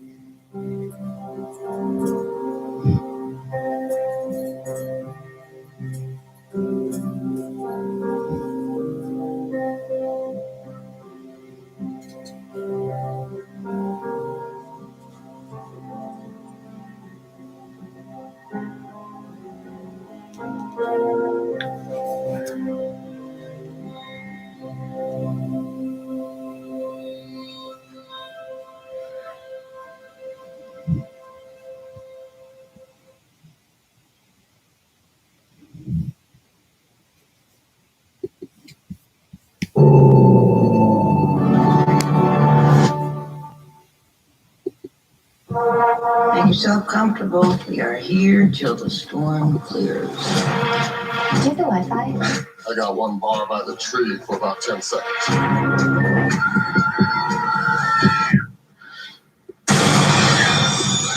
gonna get you out of here.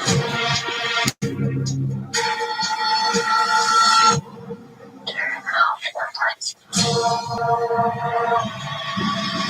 No exit. Rated R.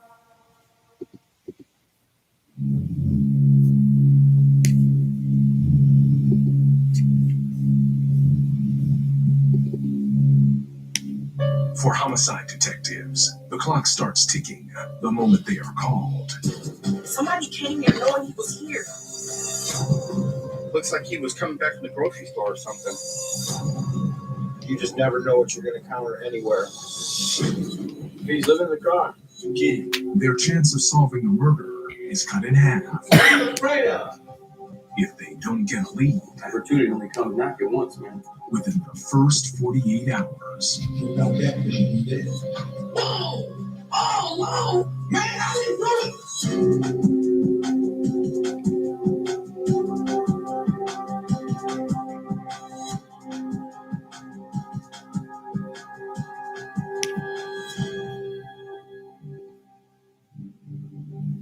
Detroit, Michigan.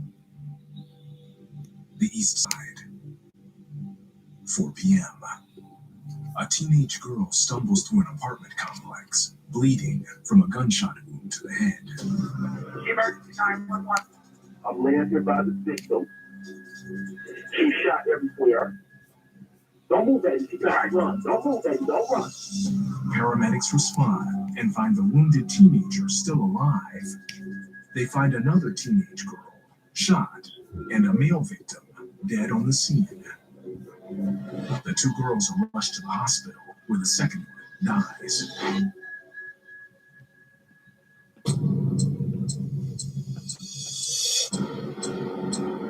Right now, we're on our way to a triple shooting over on Detroit's east side. Sergeant Gary Diaz has worked in homicide for 3 years. 2 young females have been shot and 1 male. One of the females has survived. She's on her way to the hospital right now to undergo surgery.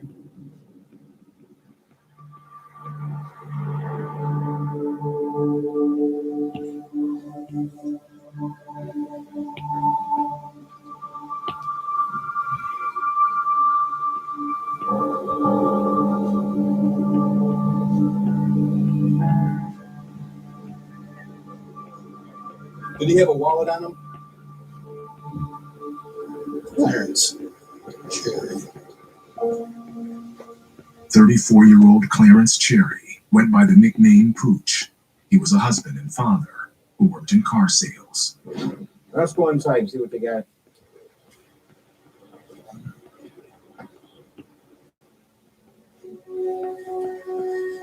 The 2 female victims were shot inside an apartment. The girls were both tied up, taped up.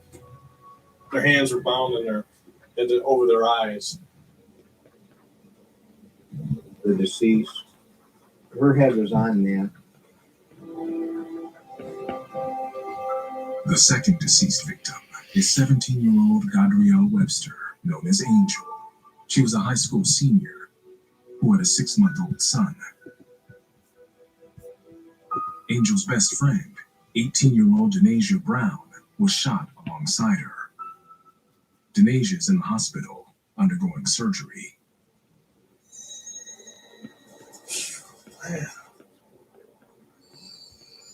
There's 2 babies, 6 month, I believe, and 2 3-year-old. Angel's son and her 2-year-old niece were in the apartment when the shooting occurred. By the grace of God, they weren't hurt.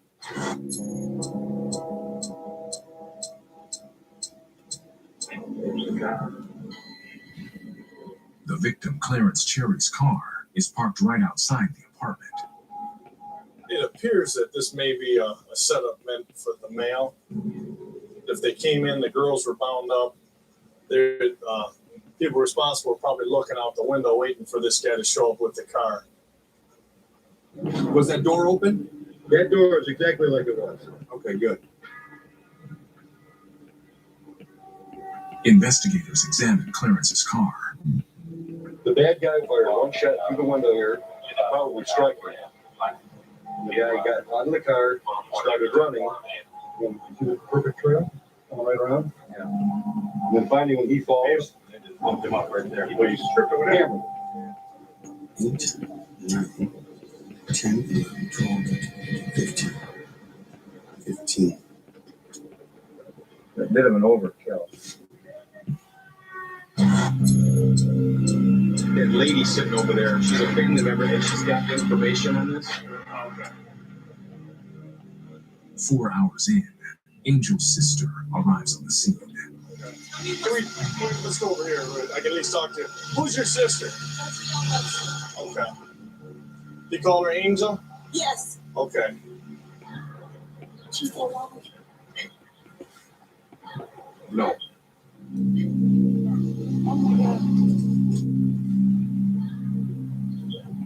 We need to ask you who she associates with.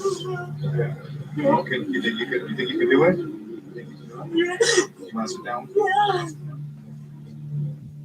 Sullivan and investigator Fraser Adams speak with Angel's sister.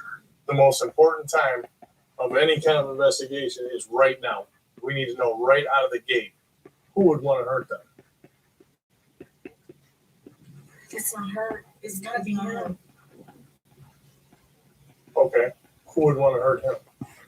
I don't know. Was Clarence into any kind of narcotics that you know of? He had to be. Why do you say that? My sister is not, she doesn't do that. He had to be. You never said what he do for a living? No, it's just that when we call, hey, sis, how you doing? What you doing? Nothing. Where's Pojo? He's out of town again. Things like that. Because who would do that?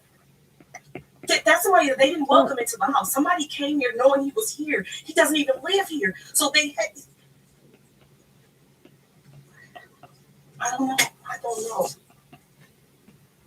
know. I think she just is in the middle of something and wasn't telling me. Anything you find out, we need to find out who did this and make them accountable for this.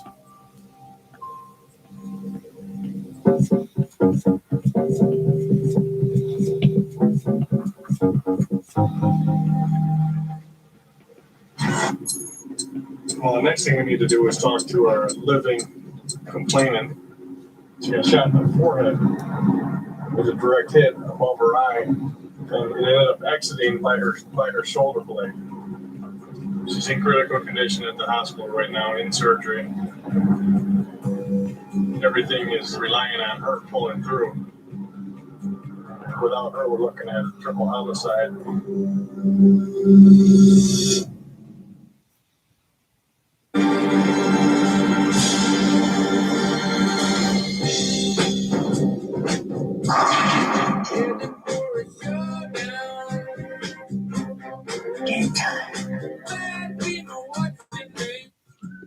Making sure you have a well-designed mattress is definitely the key ingredient to an excellent sleep experience. However, in the same way that a sandwich isn't just bread, the most delicious sleep experience requires the perfect pillow, a magnificent mattress protector, and super soft sheets. I used to feel like a rusty robot. But with my new pillows from Nectar, I'm powered up and that pain is in the past. So don't snooze on the sleep experience. Order up. Some people take the straight path in life, but at Arizona State University, we respect your twists and turns. They make our online students more driven to excel in their professional lives. That's why our personalized suite of services empowers you with innovative resources and staff that sticks with you. Make your next turn with one of our 200 plus programs at ASU, a top 10 university for online bachelor's programs. Tap to learn more or visit us at asuonline.asu.edu.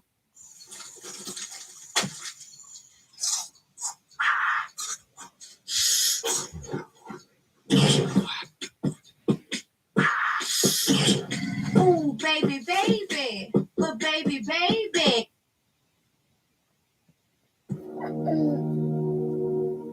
Dallas, Texas. Early morning. A call comes in from the northeast part of town. Dallas, I rescued. Yeah, I want to report a body that's lying over on the schoolyard. Okay, sir, we're on the way. Paramedics rush to the scene. They find a man lying in a school field, dead.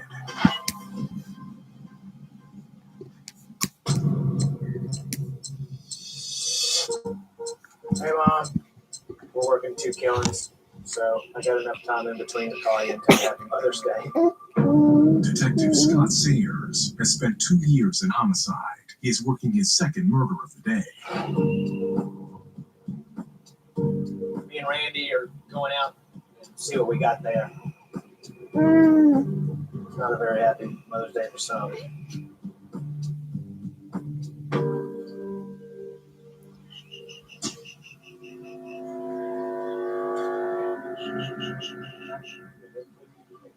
That leg's turned the wrong way, and it appears as though an individual was intentionally run over by a vehicle. It's all fractured up his ribs. This is fractured too.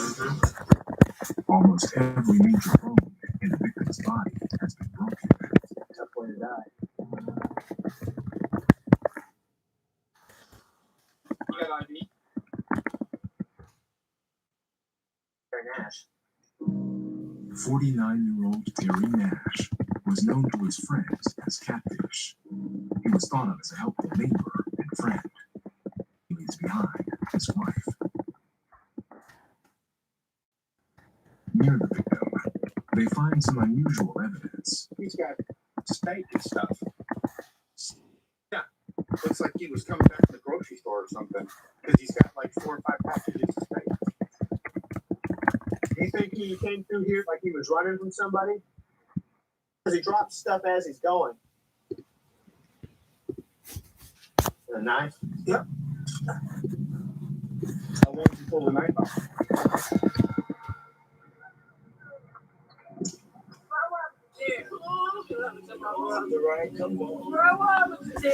The victim's family arrives at the scene. Come here, I'll tell you. Come here, let me talk to you. Give me a hand. Listen to me. Okay. He was walking back. It looked like he had a steak. The sister says she saw the victim an hour ago selling steaks door to door. We're going to try to find out what happened this morning and catch who did this. 2 hours in, detectives get a lead. This morning we had a home invasion where this guy lived. The victim's wife reported a break-in at their house hours before the murder. I kicks in the door, goes to the baseball bat, like he was fired to see. And he's claiming he owes him $60.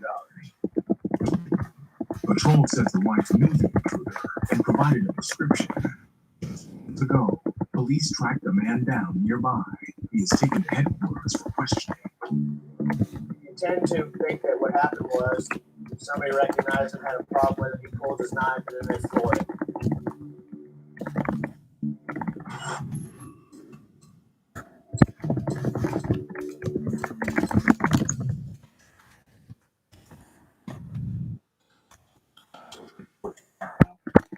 I think I trust you this close to the office is good. Detective John Paul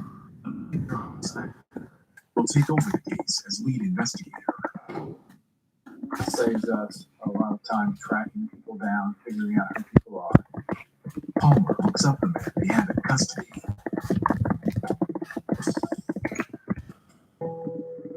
Charles Stewart, 29 years old, prior arrest for drugs and burglary in Kentucky, penitentiary in New Orleans, Louisiana. His dad said he's emotional. Now we're gonna go in there and ask him why the guy he was looking for when kicking that door is dead.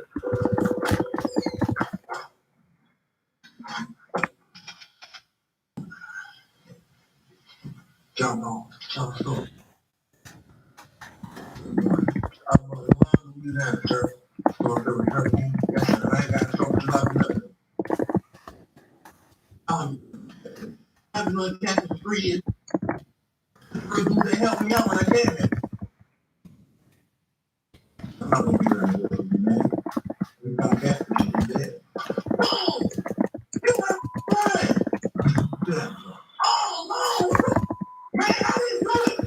Look, man! Look! I didn't know it right now, man! I didn't know it! Yeah. No, I didn't know it! Beat the door down? Beat the door down? I did that. Charles admits he kicked down Catfish's door that morning. He claims Catfish took $60 from him. He wanted it back. I want to fight him. Yes, I want to fight him. I love him to death. I hate him at the same time. I didn't do it for murder. Now he's trying to do it. I didn't know that. So, you need to tell the truth. I can't hurt nobody. I love people, man. I didn't do it. People who don't know what happened don't have a reaction.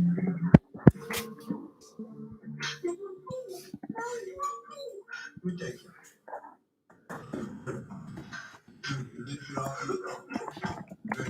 Tell me what happened.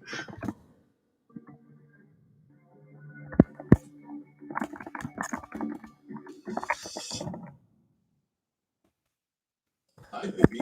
Buggy's here. That weird thing you're tasting is called skin. It's super sensitive. But with your mom here, we'll help keep it clean and healthy. Huggies, we got you, baby. Still not edible. Cooking and eating at home more often means food odors get trapped in your home's fabrics and released back into the air, so you'd smell last night's dinner the next morning. For an easy way to keep your whole home smelling fresh, try Febreze Fabric Refresher. Febrez's water-based formula deeply penetrates fabrics to eliminate trapped food odors as it dries. Spray Febreze Fabric Refresher when you clean up after meals to ensure your entire home smells fresh and clean. Try Febreze Fabric Refresher. Brand power helping you buy better. Come in for workout gear. Leave feeling empowered. And for snack time, leave more fulfilled. Because when you shop at Target, you leave with what you value most, like healthy foods for your family and brands that lift our communities. At Target, the things that matter are always within reach. What we value most shouldn't cost more. Grammarly adds confidence, so you don't undermine your message. And offers rewrites so your ideas come through clearly. Try Grammarly today at Grammarly.com.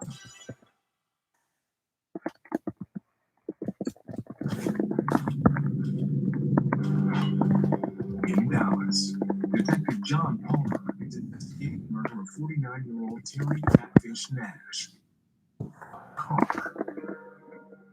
They have a potential suspect, 9-year-old Charles Stewart, who was allegedly hunting Catfish down with a baseball bat just before.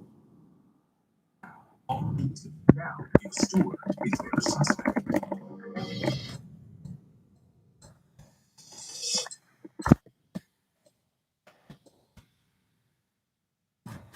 There's a bird on it. It's going to be lifted off the road. You very need to tell me what happened.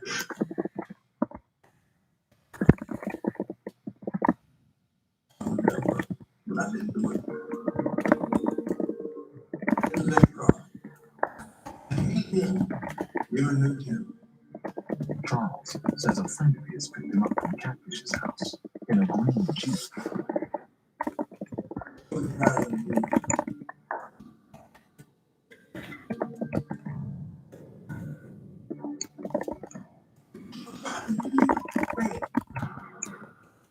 Charles says it was his friend who ran over Catfish. Where's he at right now? He lost his house. He ran around the truck. We don't have him again. The truck out there, that's what we went around the house.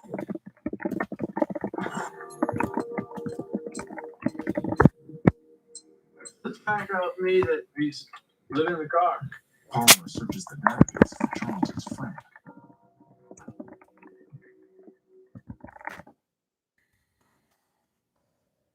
And gets a hit. He's got arrests for drugs and burglary. He's done time in the penitentiary. We can go scatter it. Gee.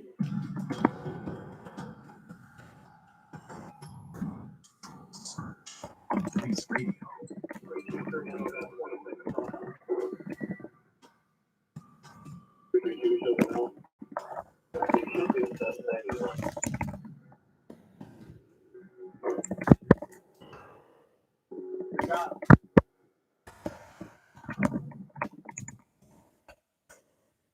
We'll talk over the vehicle that ran over our victim this morning. I reasons to believe he was driving a car. What we want from him is what happened.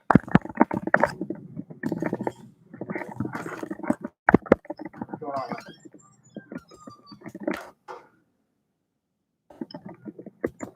I'd like to ask you some questions about what all gone on today. Yeah.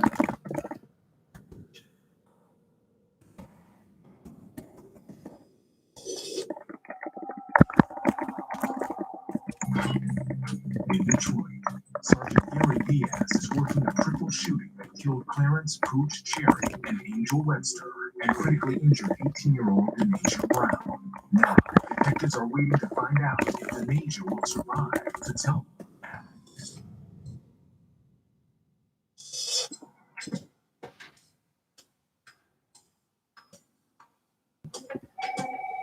The next morning,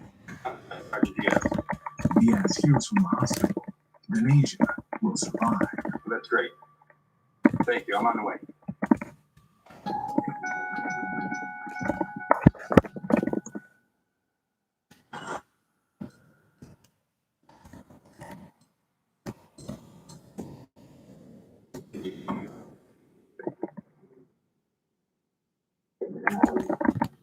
They said she were hanging out when two men with guns burst into Angel's apartment.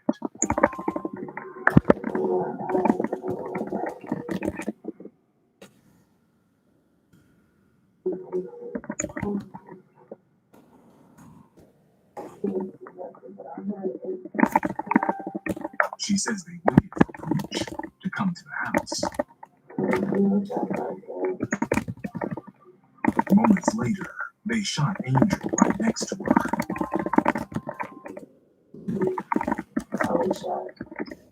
She said she woke out. When she woke up, the men were gone.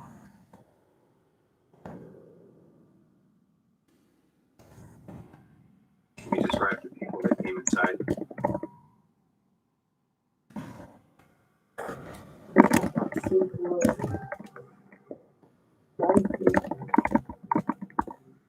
About the other one.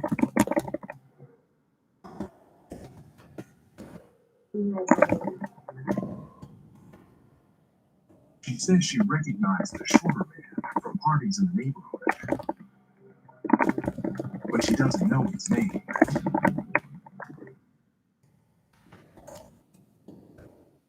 She's in really bad shape.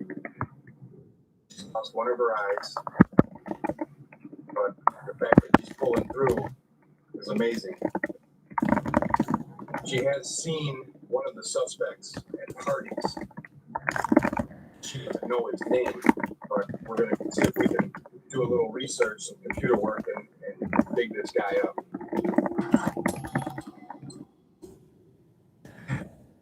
He had to search for the suspect, so his age, description, and the area where the agent had seen him. We received a little information, we're going to do a lot of digging. Everybody that's arrested in the city of Detroit goes into this mugshot program. That'll be up by 106.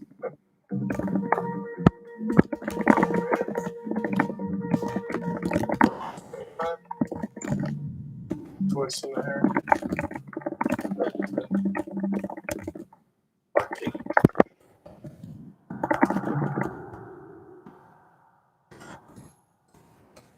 Hours of searching. Hey, Derek, Sullivan comes up with a possible match. this guy's got twists in the hair. 7-year-old Bakari Berry. He went to prison, okay, for a felony firearm, felon in possession. So I'm going to put together a photo lineup to show to her. Number 6 is our magic number.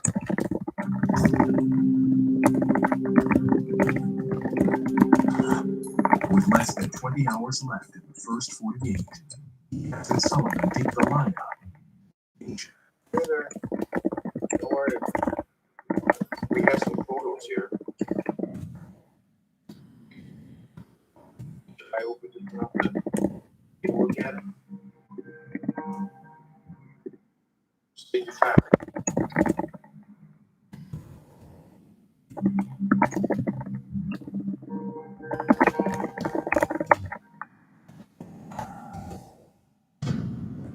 Agent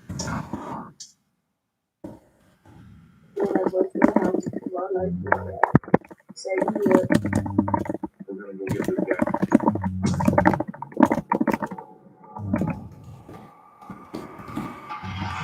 Next day, he heads out to Bakari's last known address. But we never put our guard down.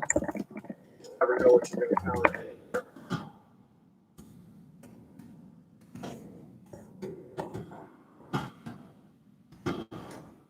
Blake, open the door.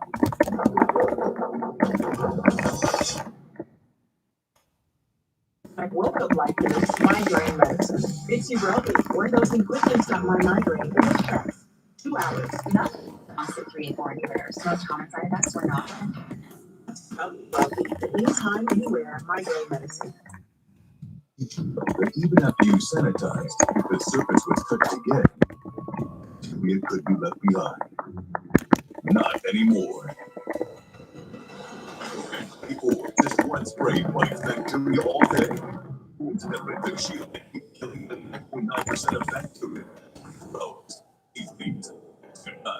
So surfaces stay sanitized. Touch after touch. Microban 24. Don't just sanitize. Microban. New year, new goals. New ways to earn. New ways to make that cheddar, bacon, bread, dough, cabbage. Because right now, people are ordering all those things on DoorDash. The top platform with the most opportunities and the best tools to help you reach your goals. Pick up, drop off, cash out, dash down.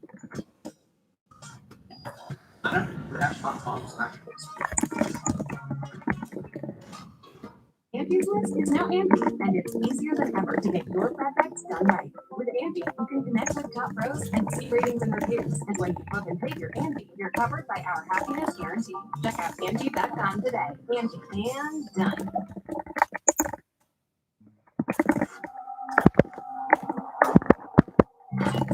Detroit Sergeant Gary Diaz is investigating the shooting deaths of Clarence Gooch Cherry and Angel Webster, a survivor. 7-year-old Kari Bailey that surrounded his last known address. Lady, open the door.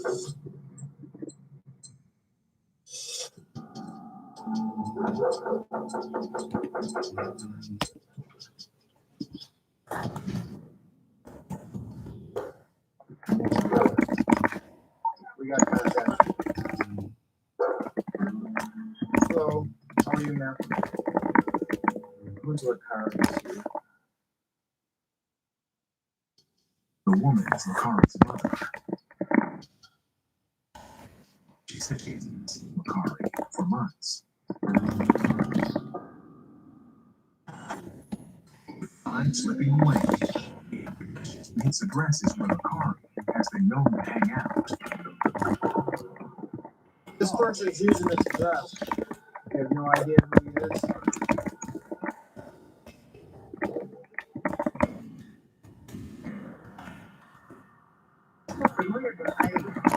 He's not here right now. As the first 48 winds down, Makari is nowhere to be found. Definitely knows we're looking for him. He knows what time it is. He's on the run.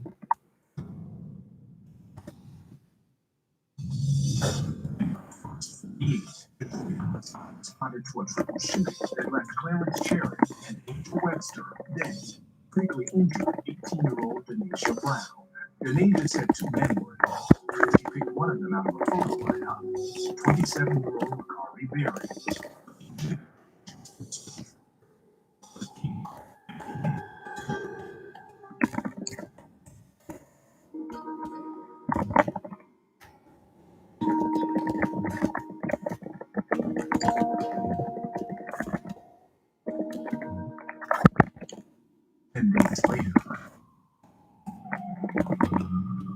The apprehension team tracks down.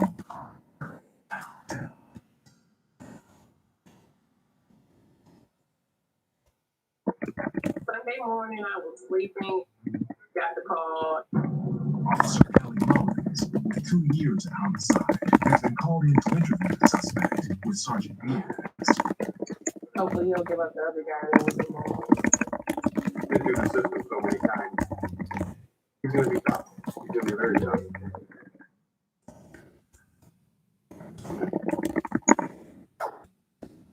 Right now, you're being charged with murder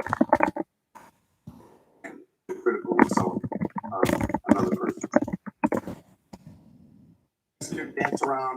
I didn't do it. Yes, you did. No, I didn't. Yes, I did. The girl that you shot, you knew her. She knows you, and she lived. We showed her 6 photos to pick up the guy, and she did it with one eye. This is gonna work. The point is, we want the second guy. Well, when you catch the first one, you are the first guy. You don't want to take his body yourself. I know that much. This little moment in time is going to determine what the rest of your life is going to be. Have the courage to step up and do the right thing. Prove to God and everyone else that knows you that, yeah, you are a human being. Do that, Karen?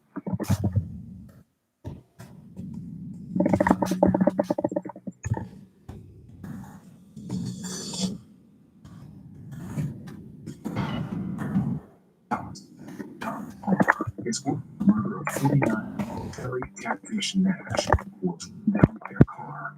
Palmer has two suspects, 29-year-old Charles Stewart and his 9 hours in. Palmer find out if he was the driver. I'd like to ask you some questions about what all's gone on today. Have you yet? The man says he was friends with his team. Tell me what happened.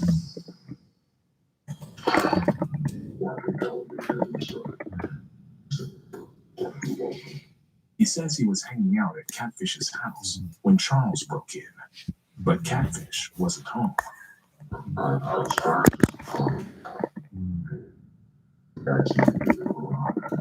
He says he drove Charles around the neighborhood looking for Catfish.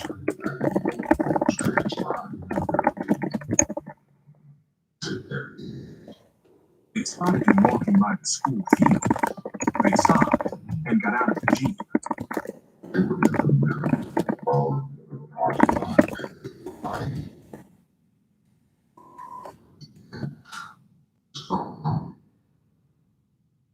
She started across the parking lot, going home.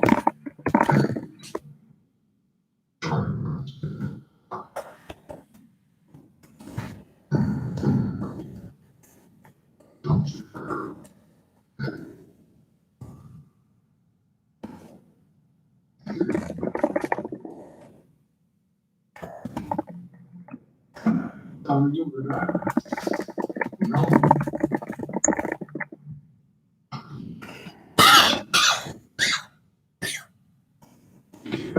Catfish was out there severely injured. And you could have sent him some help, right? Could you have sent him some help? And you chose not to send him help. I was scared. What are you afraid of? Him still being conscious and fell on? Is that what you're afraid of? No. You could have saved him.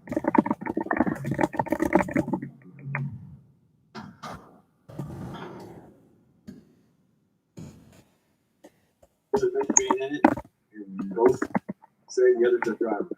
Right. From both of them, right? Probably got all the reasons for killing him, but both were involved in tracking this guy down. And we both had ample opportunity to send in some help, and both failed to do so. Charles and his friend are both charged with murder. Taken to jail.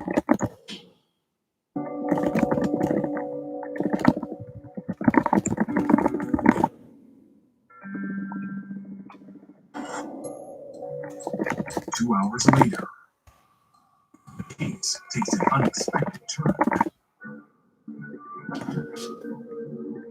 Apparently, you feel like you need to tell us more about what happened.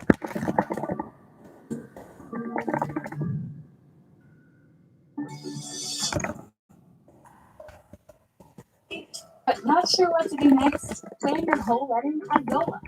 Start with venues and vendors near you. You'll find one that fit your style and budget. Then explore save the dates. Enjoy free personalized samples and free change the dates just in case. Add a free matching website to keep guests updated. You can even host virtual events on it for free. Build a registry that lives on your website too. Fill it with gifts, experiences, even cash funds. Start planning from home at Zola.com. Socks are the #1 most requested item in home accessories. Underwear is #2. And t-shirts are #3. That's why we make incredibly comfortable socks, underwear, and t-shirts. And we donate one for every one you buy. We've donated over 50 million items so far. Comfort for you, comfort for those in need. Comfort for all. Get 20% off your first purchase at bombas.com. Need long-lasting freshness? Try Febreze Unstoppable Touch Fabric Ray. It doesn't just eliminate odors. Simply shake and stay to unlock the breakthrough power of touch-activated scent technology that lasts even hours later. That's because Febreze Touch stores scent in your fabric, so you get bursts of freshness with every touch. Your whole world will come alive. Welcome home to fresh with Febreze Touch.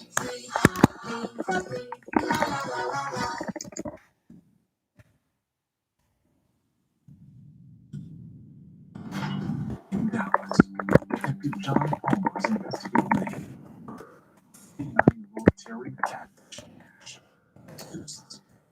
Charles. The other was driving, but after being taken to jail, Charles had a change of heart. Now he wants to revise his story.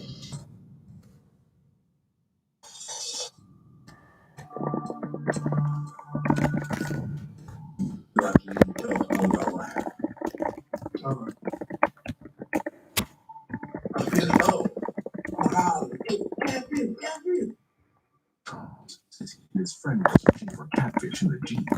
They spotted him in the field and ran after him. Catfish are covered.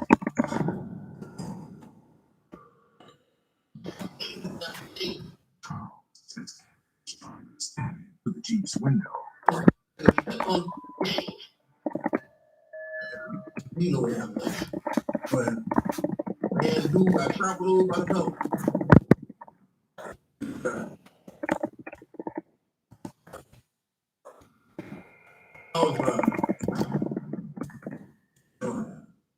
I jumped out.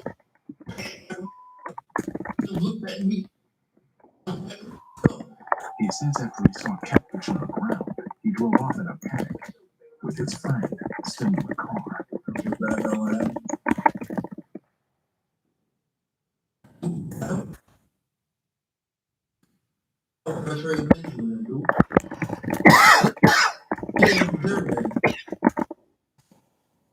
Only 16 hours into the investigation, Palmer has solved his case.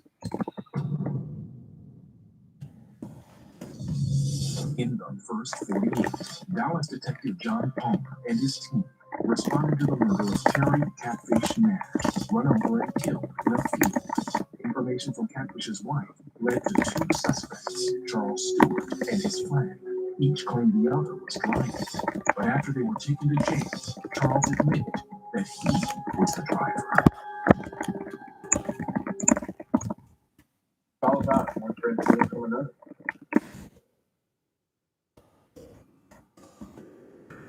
Reaction. Charlie. He actually liked the guy. They were friends.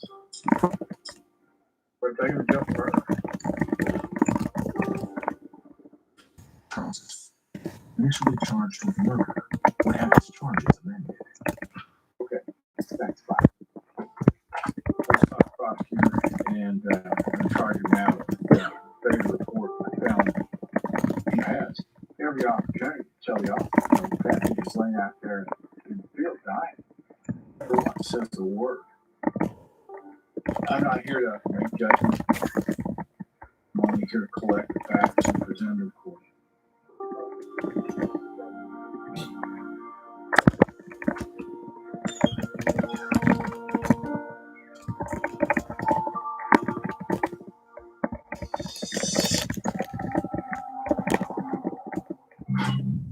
In Detroit, Sergeant Harry Diaz and Officer Kelly Mullen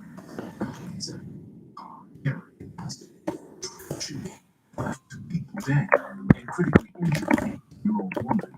Now they need Mary to give up second suspect.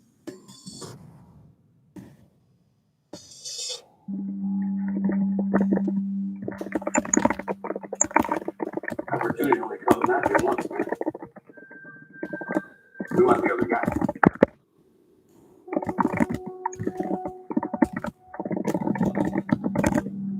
When you sit in the courtroom,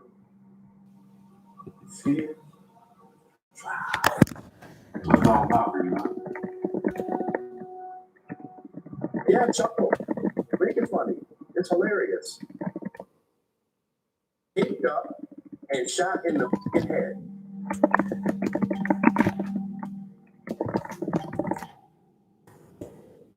Coward.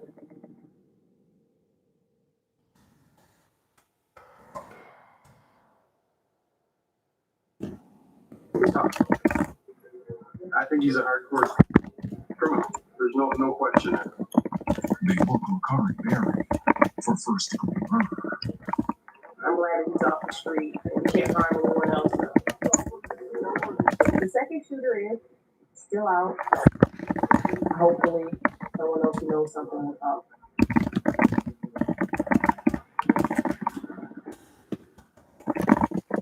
We are still looking, and we won't stop looking for him.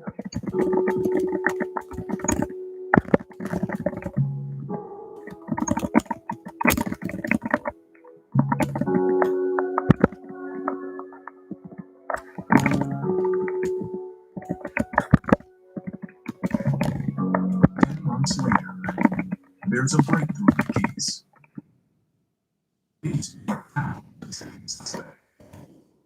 Finally, after months and months of looking for this guy, somebody with a conscience came forward. She took a photo lineup out to our living victim. She picked him out. Name was Vincent Smothers. 16-year-old Vincent Smothers has a criminal history of stealing cars. He is married and has a child. Smothers was found at home.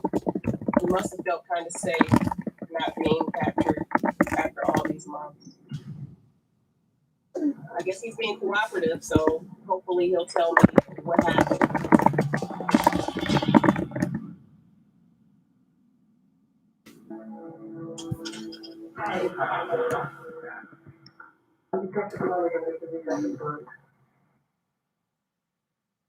Okay. Tell me about the shooting.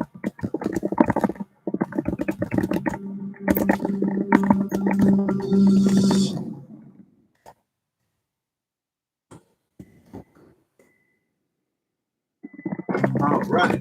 Joggers. Bathroom? Did we just stop on the way? Not this time. But Dad, Grandmama's house is all the way in Savannah. I know. What if we need gas? Baby girl, this is a plug-in hybrid. I can travel 400 miles before I take this time. Okay, honey. Last chance. Evolve your journey in the first ever Hyundai Santa Fe plug-in hybrid EV. Allergies with nasal congestion overwhelming you? Breathe more freely with powerful Claritin D. Get fast relief of your worst allergy symptoms, including nasal congestion, so you can breathe better. Claritin D. Breathe better. If a medicine is expensive, patients aren't going to buy it. If it's not affordable, it's staying at the pharmacy. So GoodRx is wonderful to help patients. Definitely great for people who don't have insurance, but for people who do have insurance like me, it's great for people like that too, because I have like a high deductible insurance plan. And so, paying $100 for a medication is ridiculous, even for a doctor. Oh, yeah. That's the stuff. No, really. Those are the actual ingredients. Tostitos. Get to the good stuff.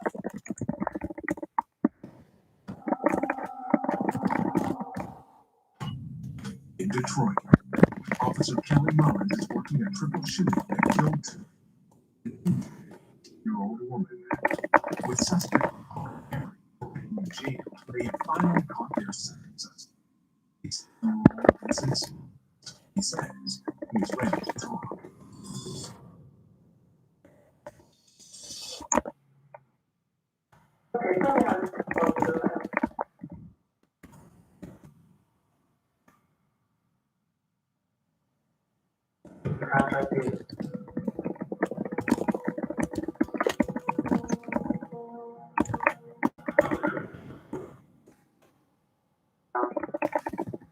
Vincent claims that Clarence Cherry was one of several people he was hired to kill.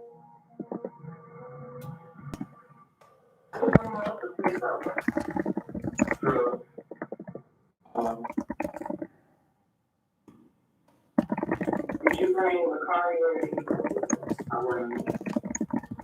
Can you tell me about Thursday? The kind that entered the house. Her informed me that the girl who couldn't live knew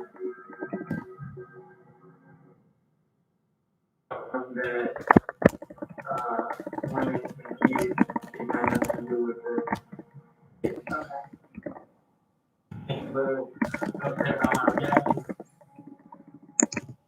He says they forced one of the girls to call Clarence.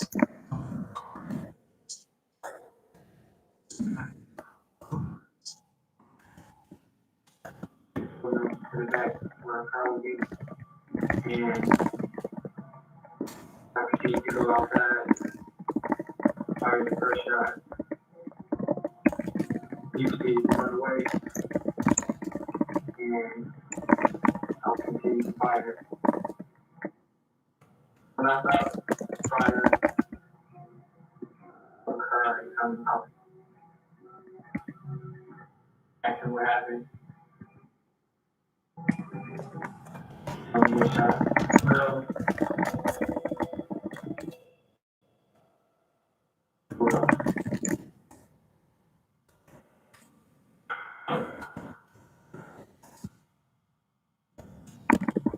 in all my years in the police force, I've never come across a real hitman. Someone who's actually paid to kill someone. For him to be so forthright was very surprising. I think his conscience was bothering him, and I think he just wanted to get it out of the system. And the two girls, they were just innocent bystanders. I don't get it. They were in the wrong place at the wrong time.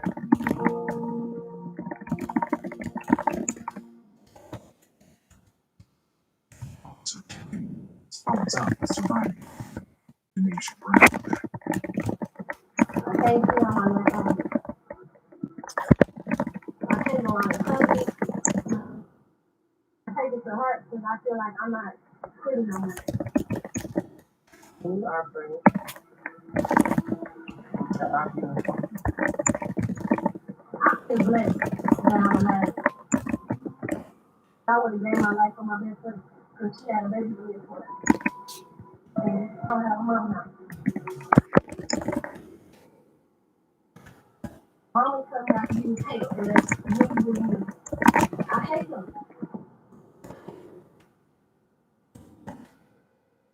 That's somebody gave me a blood thing. I want to. That's not right. I'm supposed to take somebody like it. I want my best friend to do it. My best friend wrote in my yearbook, I love you. You're the realest friend I ever had. This is Angel. But you know another person.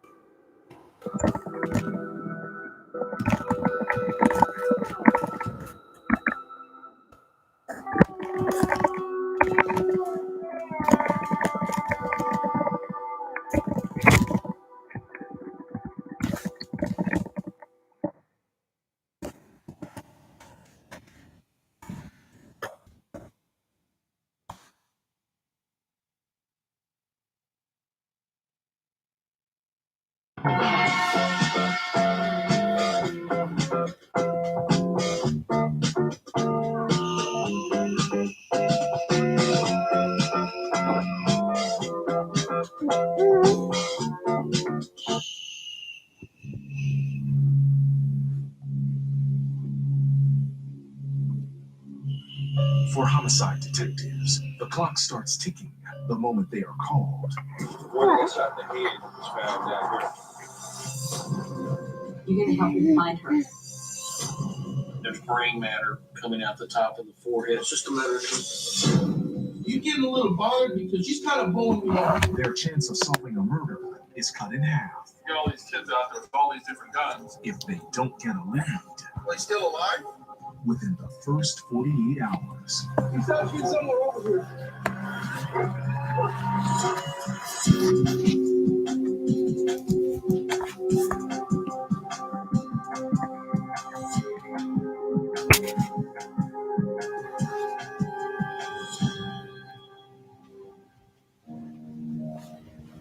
Dallas, Texas, 1:30 a.m.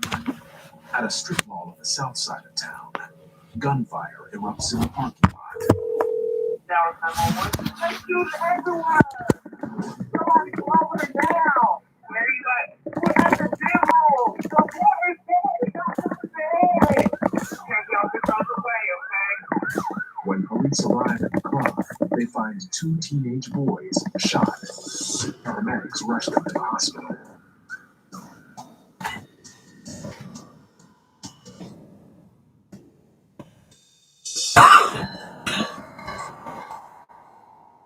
That's one of the deals where you get that gut feeling.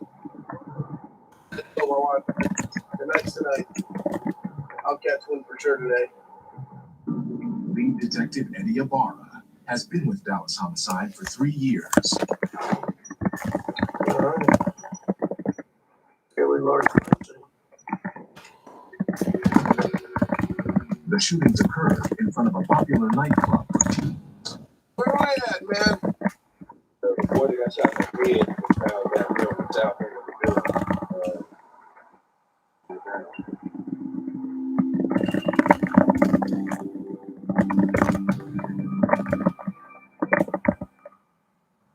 Find out from the hospital that he's on life support. The first victim, Priest White, just turned 16 the day before. He is in a coma at the hospital, struggling to survive.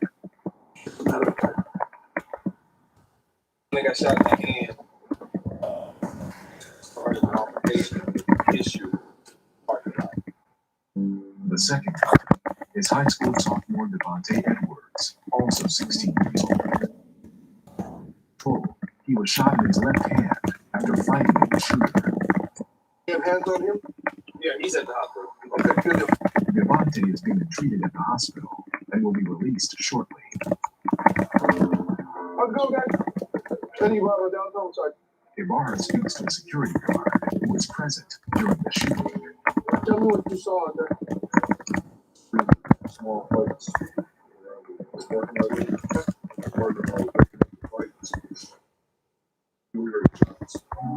security guard says he heard multiple gunshots. The case I found was right in front of the right in front of the business. Find any more shell casings on the other side of the building? They look. I look. There's not anything over there. It sounds like there's a whole bunch of shooting going on. The question is right now, the two victims that we have, were they shot by the same person or we have two different incidents?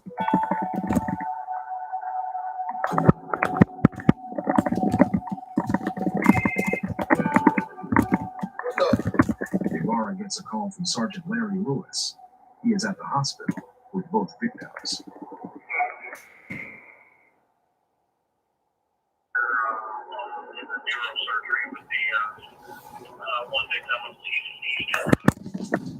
It's still alive?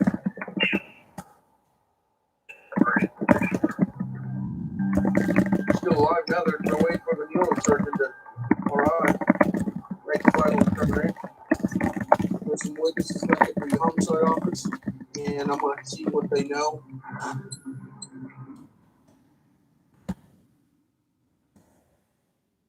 Posing to interview a friend of Priest White. When he was shot in the head. I want you to be straight up with me, okay? I don't want you to be afraid. I want the person that's responsible for what happened. Okay? So, it doesn't look good. You guys were in the club? Any problems inside the club? Did anybody have a gun? Nobody else any shit. Okay, so what happened? You see the last time with I see the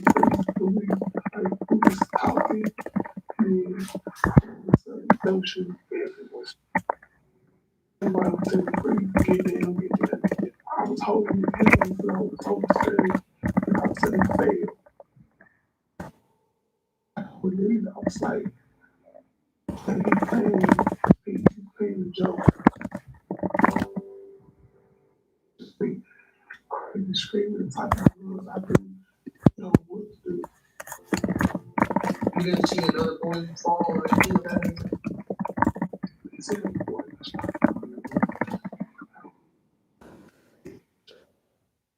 just won't go. This crazy.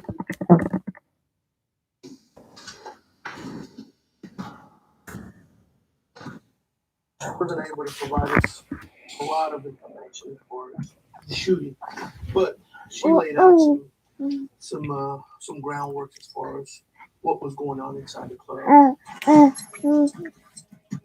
Across the hall, Detective Mark Ahern goes in to interview the second witness. I guess you know by now that this is kind of a serious deal.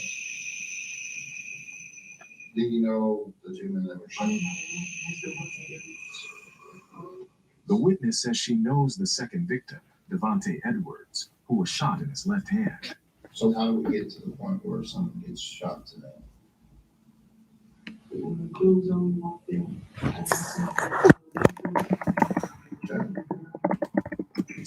And named Matthew Davis got into a fight with Devontae over a girl.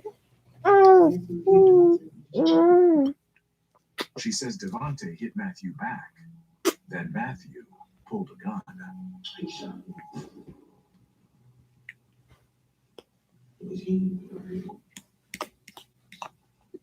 What's Matthew's girlfriend?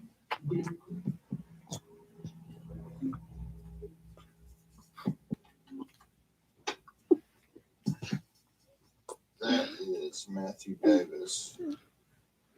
Looks like a good kid. Matthew Davis does not have a criminal record. Ibarra calls the gang unit. PK, this is Eddie up at Homicide.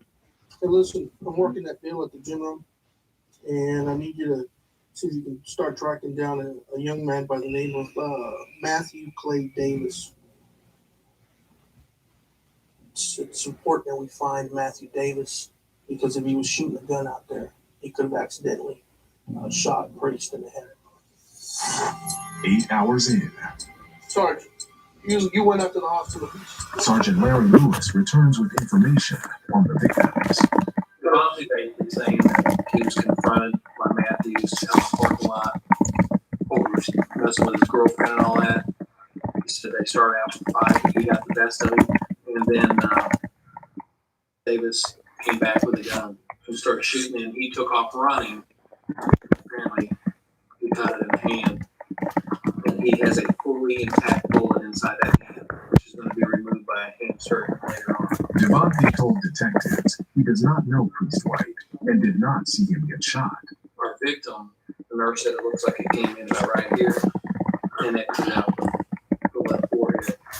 Bullet fragments lodged in Priest's brain will only be removed if he dies. It's going to be a critical piece of evidence. Those fragments match the bullet that's in that hand. Then you know it's the same shit. That's taking that problem. Well, they said it's gray at this point. There's brain matter coming out the top of the forehead there, and they said it's the brain is swelling. They just turned 16 the day before yesterday.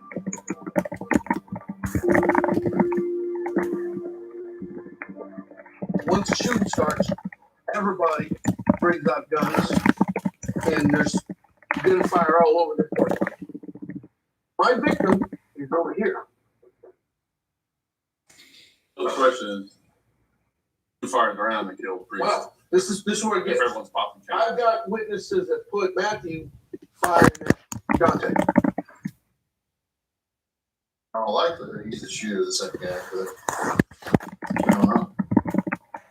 I want to make sure that there's no shell casings over here to eliminate a shooting from this side. Because that's where my victim is at.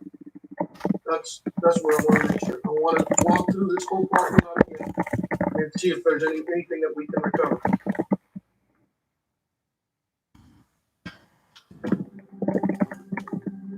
The team heads back to the crime scene to search for more casings by daylight.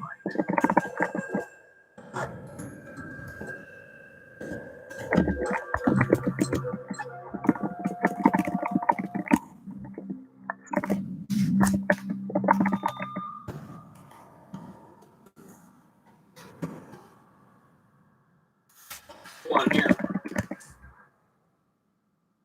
Out here, your young eyeballs of the caliber. The Luger 9mm. That's right. That card right there? Yeah. 9mm shell case. Behind that first curb stop. Yeah. A live bullet laying there. 12 caliber, 32, 380, something like that. There was 2 large caliber, 40 or 45, over in that corner where the plate was shot. Evidence shows 3 different caliber guns were fired in the area where It'd be hard to determine which one of those is responsible for Chris White's injuries. We need to find Matthew Davis.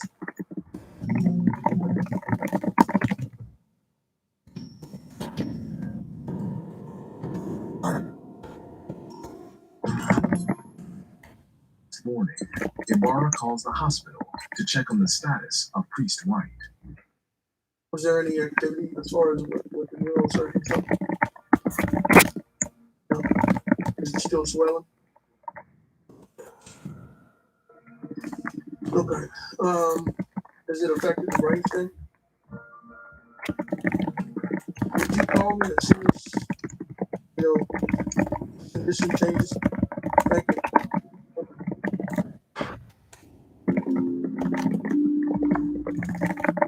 A few hours. That'll work. Thank you. Suspect Matthew Davis calls homicide. He's turning himself in. Who is Davis? Yeah, Davis. Oh, no kidding. Yeah.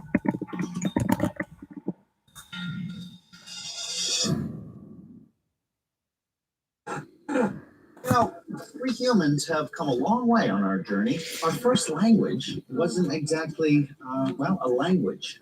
Our first vehicles weren't the fastest. Our first phones weren't smart. Text mom winky face emoji. And the first electric vehicles weren't, let's just say, they look nothing like the first ever Ioniq 5. Two-way charging, 300-mile range. The point is, it's been a long journey, but worth it. Evolve your journey. The fully electric Hyundai Ioniq 5. Really? I'm not drinking tonight. Hold the Bailey topping. Oh, yeah.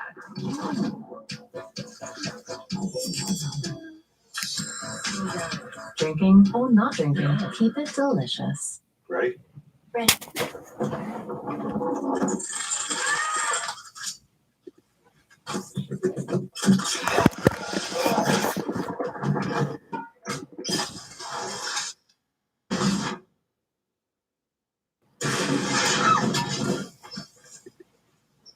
Want to get away? Now you can. With low fares starting at $59 one way, 2 free bags, and no change or cancel fees for all.